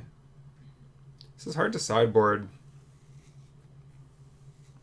Boros Trum's good. I'm kind of trying to approach this like Jund. Like, what's just good? You know, maybe I could take a Swift Spear out. It's really good, and especially on the play, but like they have so much removal and stuff. I don't know how effective the creatures are going to be. Let's go something like this. This is close to what it's supposed to be, so I'll try this. Well, I'm not throwing this away. Goblin Guide's on the play, and, you know, if we get another... I mean, if we don't get the second land, we can cast our whole hand. So, but I really do want another land. Just don't draw them any cards. Or draw them a Blackleaf Cliffs. We could do that, too. That's another option. Alright. Uh-oh. Well, that's not a good sign.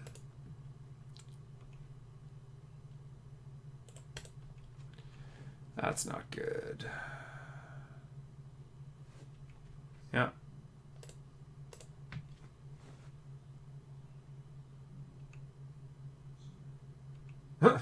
Right back. Okay, so if I get Grizzle Branded on turn 2, that's probably going to be all she wrote, but we'll see. Okay! Telling me there's a chance. That's not really what we want, but alright. Really could have done with a land there. Inquisition. ×2. I got 2 bolts. Whatever. I can bolt at instant speed if I need to. There's the Blackleaf Cliffs.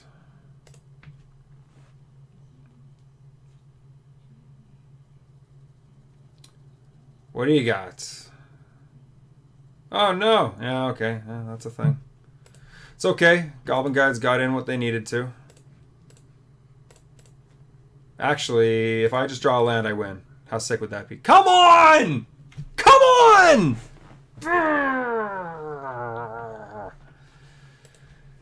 Oh, God. Like, we just needed to curve out in these games. Okay, so maybe I need to start keeping 2-land hands more aggressively. Inquisition, eh? Oh, we gotta do this. At least they have a pretty easy choice to make, I think. They take the Lava Spike. If you don't take the Lava Spike, you lose. Well, I mean, they could have... Oh, come on! Come on!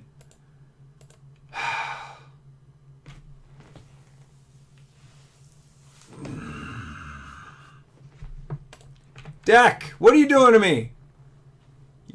You know, you're making this interesting, at least. I'll give you that. I'll give you that, deck. You're making it interesting. Sure. Sure. I guess this. On Burial Rites.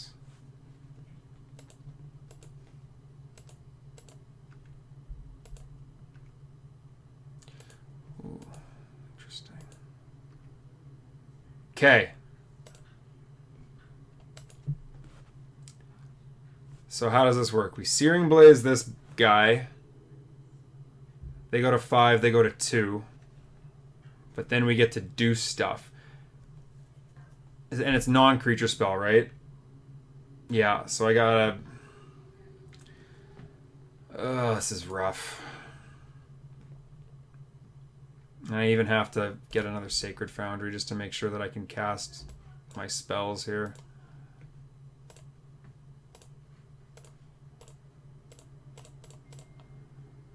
Yeah. Okay, whatever. Okay. All right. We have ways to win. If they don't reanimate a Grizzlebrand here and just kill me somehow, I can slam this Rest in Peace. That would be nice.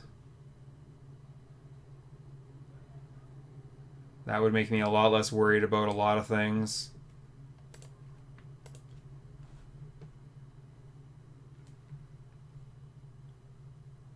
Discarding a Lingering Souls. Come on! You gotta be kidding me here.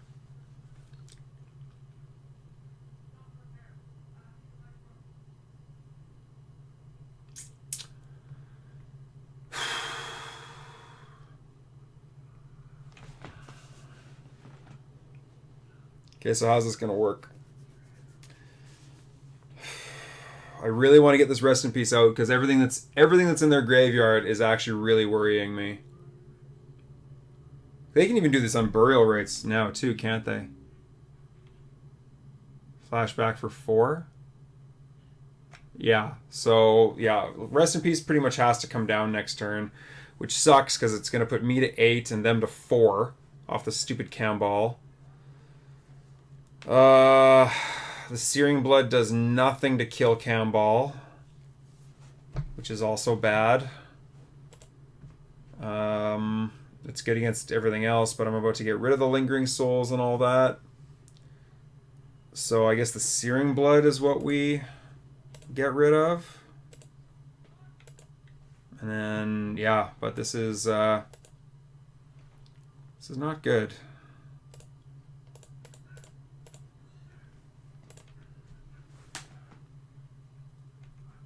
Needed that second land on turn 2. My mana base is just not agreeing with me in some of these games. So what happens if I draw like a Bolt? That's annoying. Yeah, we gotta get rid of this, I guess. If I draw a Bolt... Bolt would be pretty good. Less good now.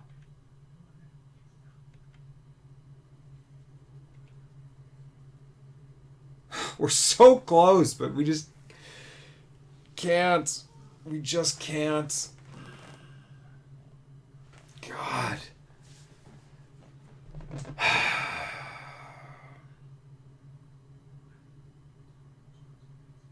Maybe I didn't need to fetch for that for the Shockland, but I didn't want them to use Field of Ruin on my Sacred Foundry and make it so that I couldn't cast any of those white spells.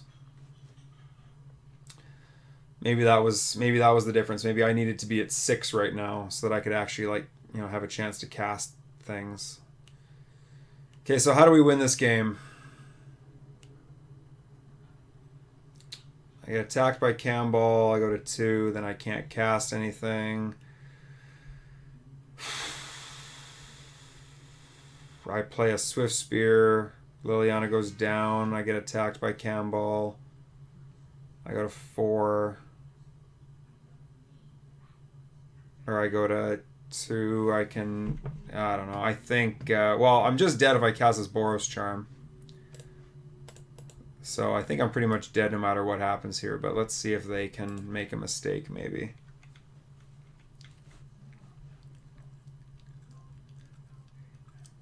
I don't think there's too many ways for this to go wrong, though.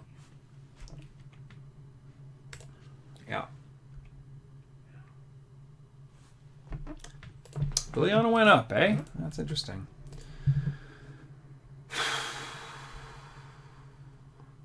Okay, so now what are my possible outs? I don't think I have any. If I take 2, that means I can't cast non-creature spells, right? Non-creature spell.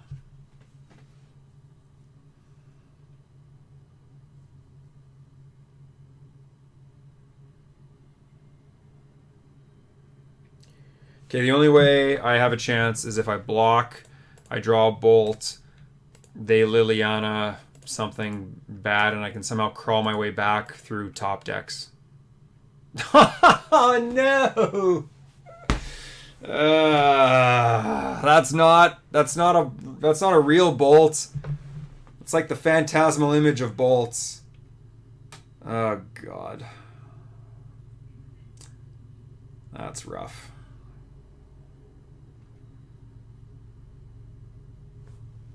I always choose wrong. Choose a pile to sacrifice. I always think it's choose a pile to keep. I will sacrifice this pile. At least the choice was easy on that one. This is an unfortunate way to lose, I gotta say, but this is that's the way it goes. GG's. All right. Well, that was our game, unfortunately. Yeah, you know what? Maybe I'm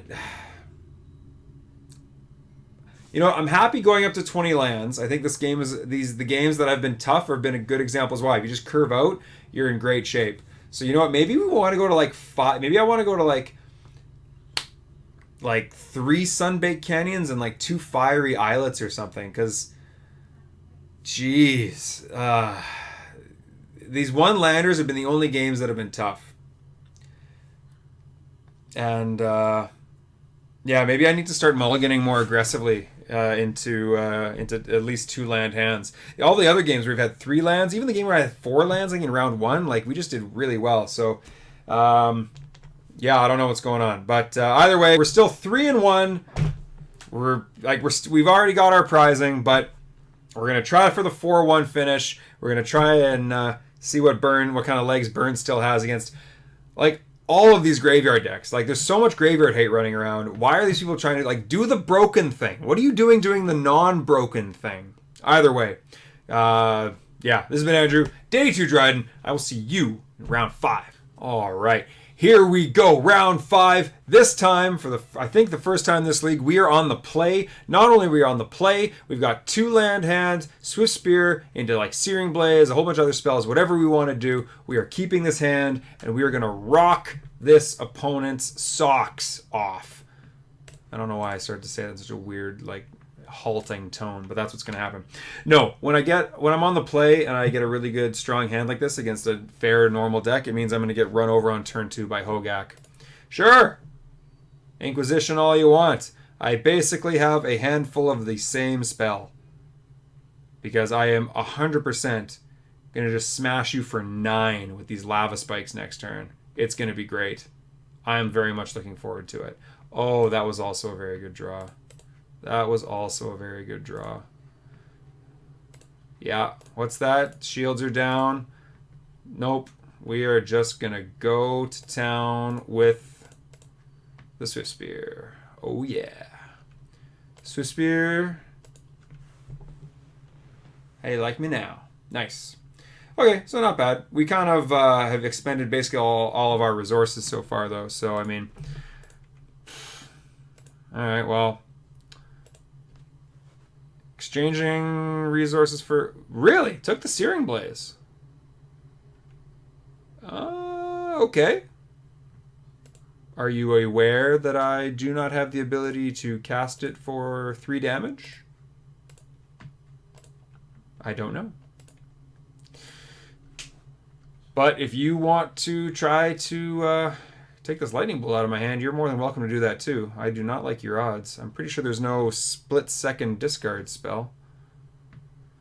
Death Touch and... Ah, that's why. Well, that makes sense at least.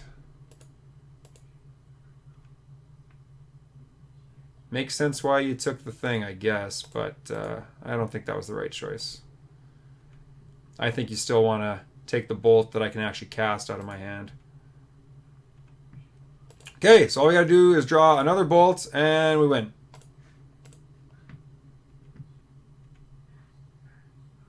It's not a bolt, but it's pretty good. Almost gets the job done. Opponent is drawing a swamp, so we did help them out a little bit. So what do we got going on here? Is it like mono black? Well, no, they got shambling vents, so it could be some sort of mono black devotion thing. Ooh, that's cute. That is cute. That is also cute. Again, with the graveyard decks. What are you people doing? Sure. Yeah, go for it. Make a prowess dude, make another dude. I'm just going to top deck a bolt. Please don't make me look silly and actually top deck a bolt. Every time I need to top deck a bolt, it's never there. Come on, come on, come on, come on, come on. One time. One time. Hallelujah. Hallelujah. We prayed to Hazaret, and we got there. All right. So we got white, black tokens, it looks like. White, black, again with the graveyard shenanigans, tokens. Well, again, we will have lots of use for the Searing Bloods. You know what? Sure, let's bring in 2 Path to Exiles. Let's bring in 3 graveyard cards. I don't know. I don't know what these graveyard... It doesn't make any sense to me. Boros Charm's probably not necessary in this one. Obviously, there's a lot... I mean, there's the hand disruption, so we want to be able to do that. But I think there's enough... it looks like they're really creature-based, so I also definitely want to have... you know, I think we can do pretty well by just being the control in this situation. Something like that looks pretty good to me. If I see a reason to bring in... Oh my god. How many times has this been the problem this league?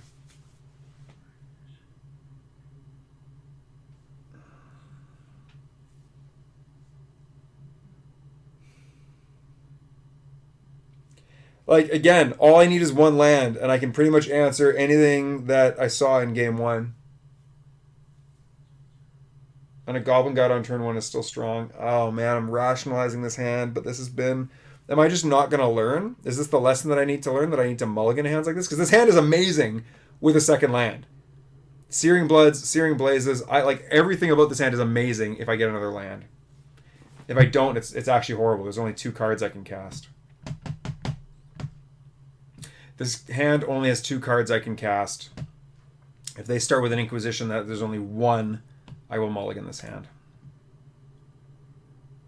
Oh, hey, what? London Mulligan's on here? Pfft, sick. I mean, this hand has no creatures, so I'm not as happy about it, but I'll still keep this hand. Put a card on the bottom. Let's get the Bloodstain Mire to the bottom, I guess. Yeah. Yep. Oh, we would have got the Goblin Guide out without any issues. Goblin Guide. Oh, yeah! Nice! Oh, I tell you, when you're good, you're good. Oh, man. That's fantastic. Path to Exile. Alright, go ahead. Give me another land. Let me curve out. This Sunbaked Canyon will turn into a burn spell. It'll eat your face. Eat your face! What do you got? That's not going to do it. That's not going to do it. You got a Path to Exile? I got a Path to Exile. Alright, let's get this more expensive spell out of my hand.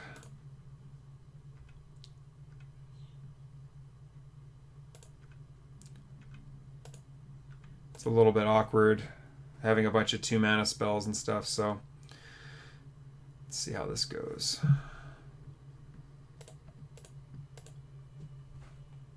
Alright, they got a lot of cards in hand. Gideon! Oh, that's annoying.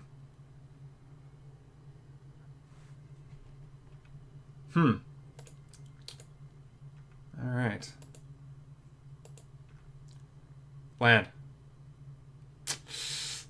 Interesting. That actually does make my turn a little bit more difficult now. The Goblin Guide doesn't do anything. And I'll be honest, I don't like this Gideon. Like, if it gets out of hand, this is like a you can't win card, right? And the problem is these Skewer the Critics don't do anything until I've dealt damage to their life total. Alright, well, let's do what we have to do, I guess. Let's do what we have to do. Not happy with this, though.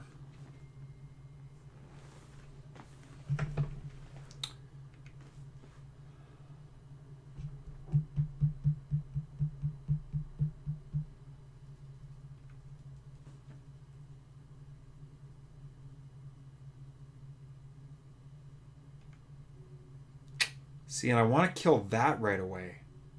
Oh, that's a tough one. Oh, it's hard. It's not a bad draw.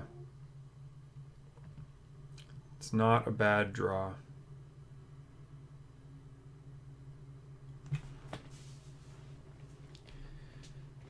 Because these are both, like, not must answer threats, but, like, need to answer threats.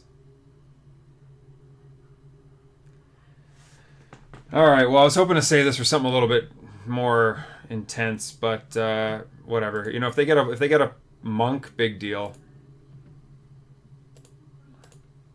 If they get a monk, so be it. That thing can take the game over right away.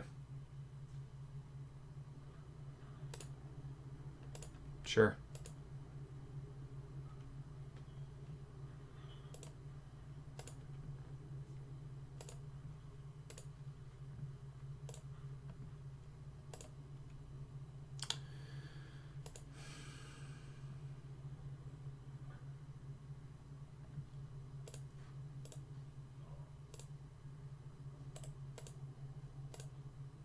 Oh, that was bad. I didn't think that one through, did I? That one actually comes in tap now. Alright, whatever. Get Gideon out of here. Okay, so now we're doing the whole top deck thing again. They actually have like a Shambling Vent that can attack and start gaining them life back, and they have a Monk token, so this isn't great. This isn't great. We kind of stalled out. Maybe I spent too much energy on the Gideon, but if it goes up 2 or 3 times, then it's at 5. Then it like goes 0. Now I have to use 2 bolts on it anyway. It's not good. It's not good. That isn't terrible. That's actually really good to use on the Shambling Vent. If I can get a good opportunity to do that. I think I need to get this thing out of here, though. That's also very good to use on the Shambling Vent. So I think that's the plan for the next couple turns. They are not having issues with mana, though, that's for sure. Sure.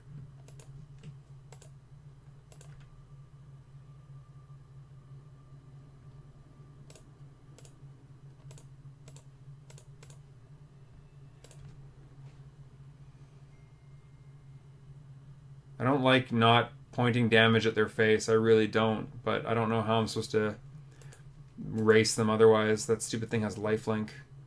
Fetch land. I would really like a fetch land. That's not the worst.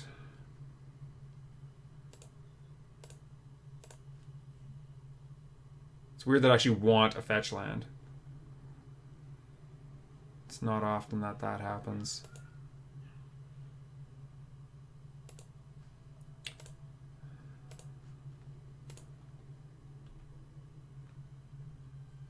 Sure, thin my deck for me.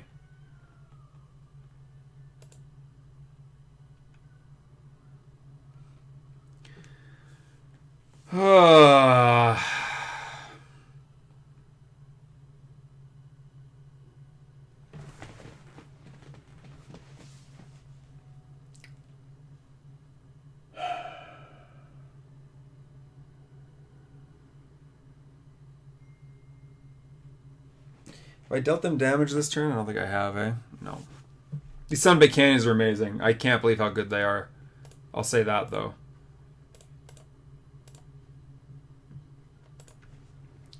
I have been absolutely in love with how good these Sunbaked Canyons are.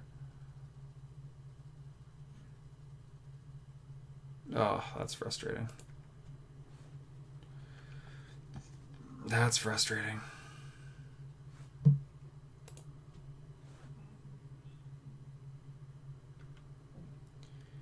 Yep. Like, I can't race this. The stupid... There's no skull cracks in my deck. What's going on here? Ugh. You know what? There are worse draws, I guess. I guess that gives me a chance of... Oh, I'm so open to removal. So open to removal. So open to getting blown out. If I even try and block, yeah. I don't think I can do that. I think I need...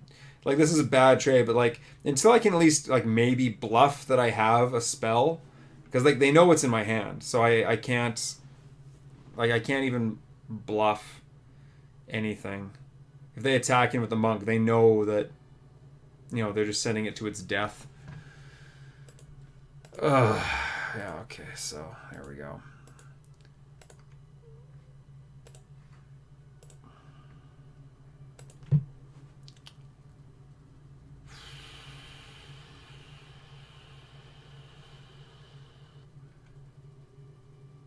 Alright, this is horrible.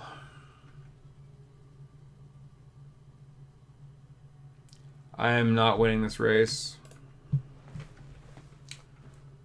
Nope.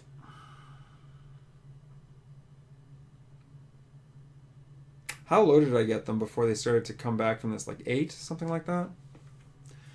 These shambling vents have been amazing. Amazing. I bet you that opening 7-card hand would have been great.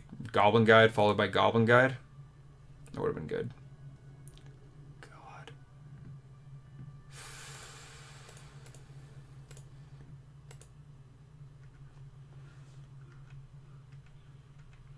Yeah, I'm just toast here.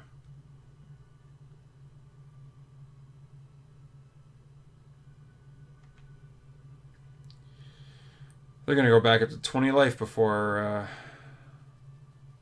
they kill me. How sick is that? You kept in Dark Confidants?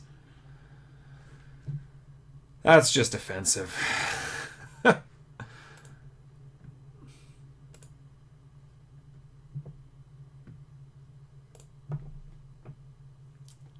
Great.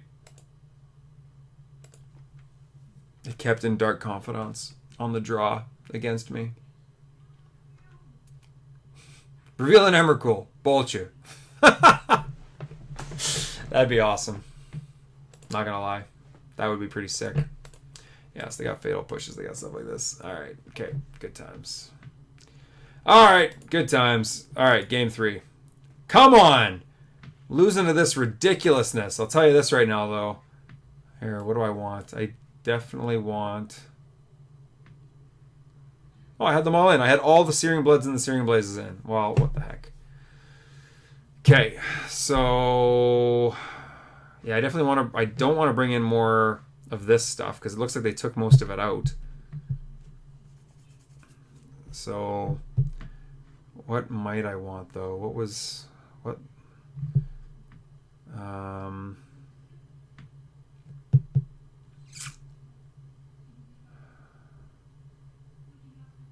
What do I want? Do I need the Tormods? Whatever. They clearly don't have like a ton of graveyard synergies, just like a little bit to try to grind some value out, right? I definitely want things at instant speed that can deal with... I definitely want things at instant speed.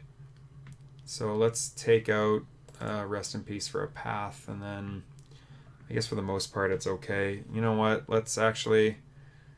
These Skewer the Critics were awkward. These things are awkward. I don't really love Skewer the Critics. I've been shaving them from my lists recently. Okay. Ew. I mean...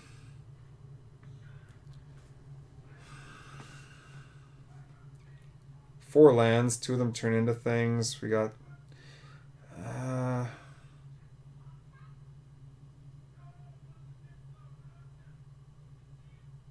okay, yeah. Because these Sunbaked Canyons can turn into spells, sure. Okay, I'll keep this. Sure.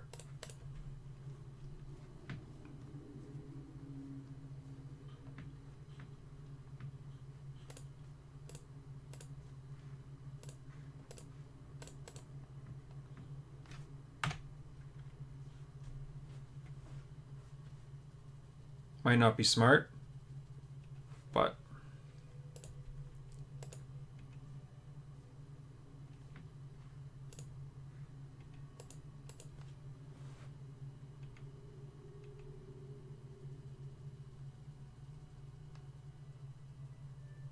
come on, play that stupid Death Touch lifelink guy again.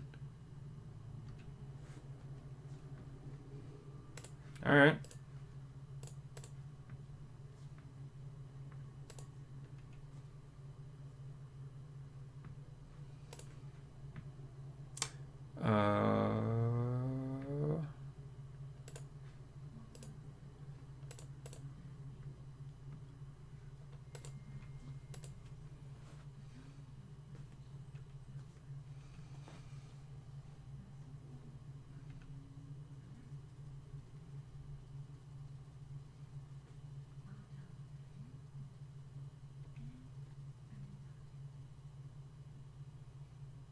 I could have cut a basic mountain now that I think about it too, because they've got path, things like that, but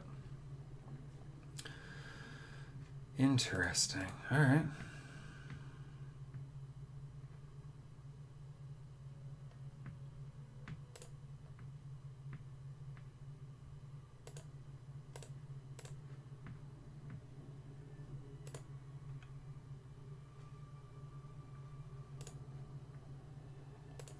Well, now the Searing Blaze is weak, but what are you going to do? Maybe I shouldn't have fetched there. Sure.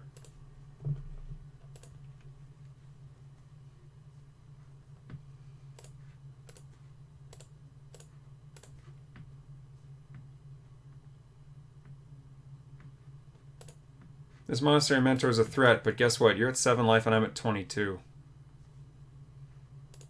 Ooh, that's also pretty strong.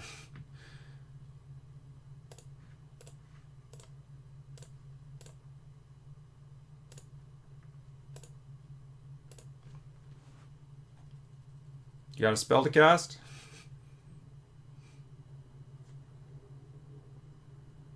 You gonna fatal push your own dude? Sure. You make a dude out of it, I guess. I still get the 3 damage in.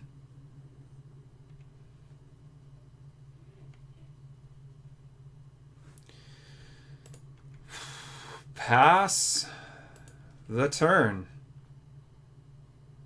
Am I supposed to Tormod's Crypt right now? Am I supposed to Tormod's Crypt right now? Like if they have, I don't know, what do they have? They have like Unburial Rites or something, or Unearth? I don't think I'm supposed to do it yet. Maybe I am. I don't know. This might be a mistake. If I lose this game because of that, in the comments section, at least be kind to me because I thought about whether I might be making a mistake. Yeah, sure, that's not going to do it for you. Well, actually it could. I could just draw absolute garbage for the next, I don't know, little while here.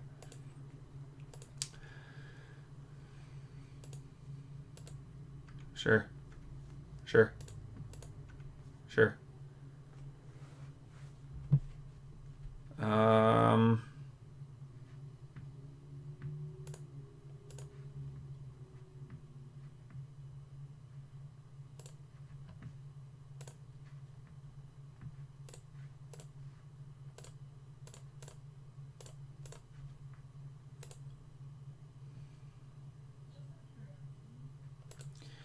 Okay, we got like 2. Looks good to me. What do you got? All right, we got there through all the silliness. 4-1. somehow in Modern, with no main deck graveyard hate, playing a fair deck. You know what? Man, did those Sunbaked... That's my... Here, you know what? Here, let's... What did we... We got a bunch of play points, a whole bunch of cool stuff. Okay, let's open 2 chests, and then we'll go... No, here, we'll talk about the list, and then we'll open up, like, at least 2 chests. So, I'll see you in the deck tech screen. Alright, so this is the list that I thought I was going to play with. I think the only difference is that I made that Relic of Progenitus Tormod's or Rest in Peace change after I had locked in the deck and joined the league. So outside of that difference in the sideboard, this is what we played. First impressions, holy crap, was Sunbaked Canyon good. That was outstanding. I'm not even sure what we change, but I think we try to fit like a 5th copy in. Maybe take out, I don't even know. Like the Inspiring Vantages are better because if you flood out, generally, like maybe you can make it the 3rd land drop because you're, sacrificing these Sunbaked Canyons. That's kind of neat. Yeah, I don't know. But I would be interested in trying to fit a 5th copy of these lands into this deck. I think that's something that could be done. Either way, 4 copies was great. I love that change. I am blown away by how good that felt in those matches. That being said, we didn't run into Hogak at all. We didn't run into any really busted, kill you on turn 2 kind of stuff. I guess there was Storm that had pretty strong draws in one of the games. Well, maybe even 2 of the games against us. But nothing that was okay, Modern's broken, go home. If you don't have Force of Will, you can't win. And yes, I do mean Force of Will. There are times when Modern feels like that. So overall, I like this deck. This is great. Good job to, again, if I'm pronouncing his name wrong, I apologize, but I believe it's John Whetstone for sort of the shell that I built this out of. Really strong build. Seemed like, if he played anything like the games, if he played against archetypes in Pittsburgh, sort of the same kind of decks I played against here, yeah, really strong. I don't know about Skewer the Critics. I don't know what I'd replace it with, but man, did that feel awkward at times. I don't know. Skewer the Critics is a little bit loose. I don't know if I like it. Infect is also supposedly on the rise, so I feel like maybe you could get away with putting... there's like Searing Bloods and Searing Blazes, things like that, but I think you get away with maybe Gut Shots, or actually something I really like against like heavy Infect metas is something is like Split Second, or Sudden Shock, a burn spell that has Split Second. Really, really love that card. So it depends what you're looking at, but I'm just trying to think of things I would use instead of Skewer the Critics. I don't want to up the curve too much because it felt kind of a little bit awkward as it was, but no Skull Cracks is an interesting choice. You could probably even get away with like a main deck Deflecting Palms or something, especially against giant things like Hogak where they're attacking with an 8/8 Trampler. That's kind of interesting. You could maybe get away with something like that. Even if you have to cast Deflecting Palm on a Hogak and they sacrifice it to their Carrion Feeder or something, and they're able to get it back out, you're still basically gaining 8 life for 2 mana, which in a very fast racing situation, that's not nothing. It's not ideal, but they have to have Hogak and Carrion Feeder and things like that. So it's interesting. Anyway, but yeah, overall I really like this deck. It looks like if you want to play Burn at its pinnacle right now, you need the Sunbaked Canyons, apparently. I guess I have to go out and get my copies because they are fantastic. They felt amazing.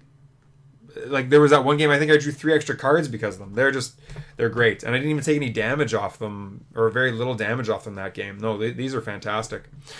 The sideboard, I don't know. Maybe that's the thing. Maybe you want to throw a couple of Tormod's Crypts into the main deck instead of maybe 2 copies of Skewer the Critics. There's a lot of hate. I didn't feel like I liked the sideboard a ton. It felt kind of clunky at times. I don't know. It's hard to say. It's really, really hard to say what I would want to do differently. I'd have to think about sideboard options and what's in the metagame and what I played against. That's the other thing. We didn't play against, other than the Is It Phoenix deck, we didn't really play against any of the top tier decks. We didn't play against Tron or Humans, or I guess we played against Death Shadow, but it was a strange Mardu Death Shadow build. Excuse me. So anyway, that's our I think what's going to be our final voyage on Nikachu MTG. It's going to be a little bit before I get this channel set up. I do apologize. I'm feeling extremely burnt out with Magic, between Modern not really being competitive, Modern not really being a healthy place right now, the changes to organized play, summer coming around, trying to spend time at the lake, working a lot. It's been a tough time. I'm feeling really burnt out, and I don't want to put anything out there when I feel that way. I don't want to make anyone nervous, though. I do still plan on coming out with a Phoenix, a Modern, a channel focused mostly on Modern Burn and Modern Phoenix lists. So that is still the plan. Keep tuned. I will also be in Grand Prix Minneapolis this coming August, first or second week of August, with Nikachu, with Rodney Top 8 Thompson, with Mark Coco Clusa. So do keep your eyes out for a vlog of that.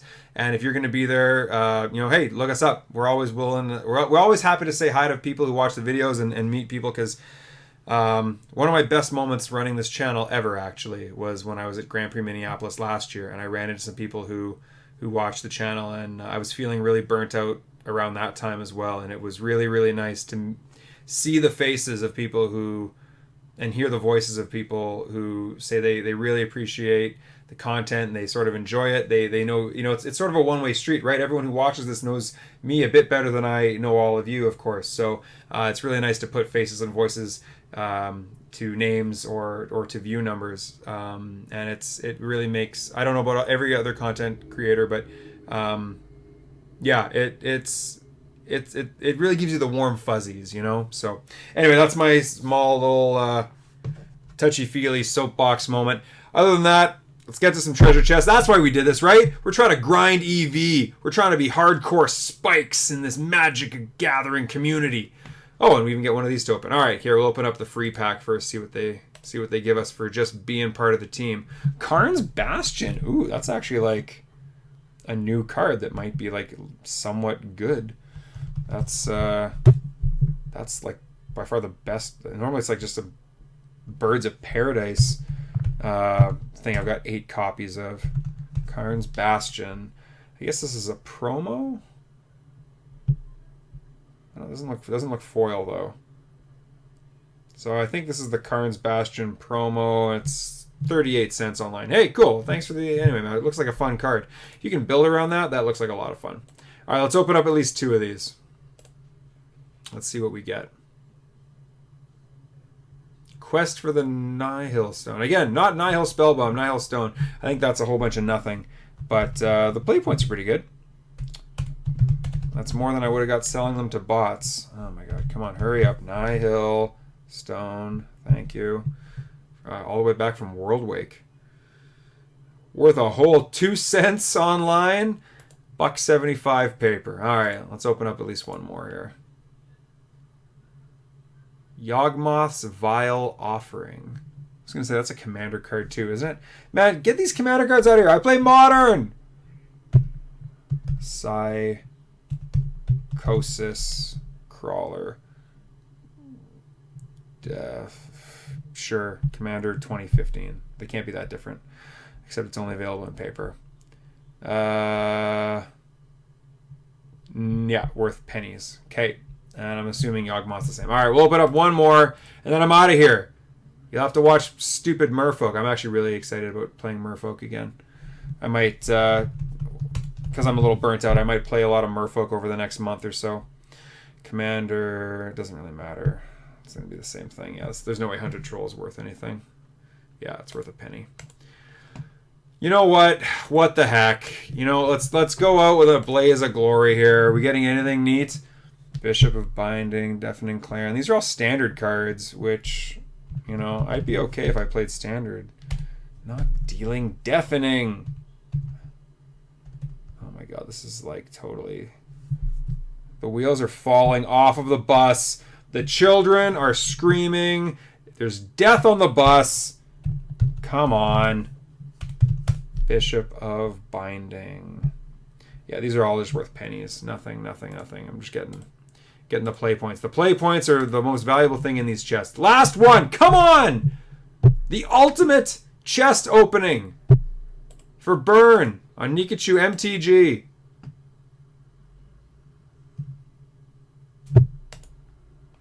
This is really anticlimactic. Open one. Yes, I would really like to open one. Gotta be kidding me.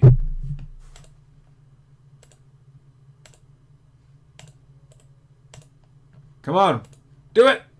One time. Top deck bolt. Actually, that would be cool. How can we... Yeah, give me some of those promo bolts from the Grand Prix. What's going on here? Why are we having problems? Why are we having problems? Are you sure you want to open one of these? Yes, open one. All right, well, sorry folks, can't give you what you want. Magic Online's being a big wet blanket. Either way, it's been my privilege and my pleasure to show some people the way Burn plays out, the way the decks work. I know there's a lot of people who have enjoyed and gotten use out of sideboard guides and things I've made, because I have gotten those comments in the comments sections. A few people have donated to me on Patreon and through PayPal. There's only a few people, so I know the names a lot, and don't feel like you have to, right? Those are my gifts to people. I make them anyway for big tournaments, but it's been an interesting ride. It's because it's been a bit over a year now. I guess been about a year and 2 or 3 months. It's been interesting to say the least. So don't think I'm going away. I'm still going to show up on Nikachu's random videos. Definitely going to be going to Grand Prix and things together. And keep your eyes peeled. I'll make sure Nikachu puts out an advertisement to all of you on his channel when my channel is going to get up and running. So thank you so much. It's been a slice from Winnipeg, Manitoba, Canada. To all of you, this has been Andrew, Day 2 Dryden, recording for Nikachu MTG, and I will see you next time.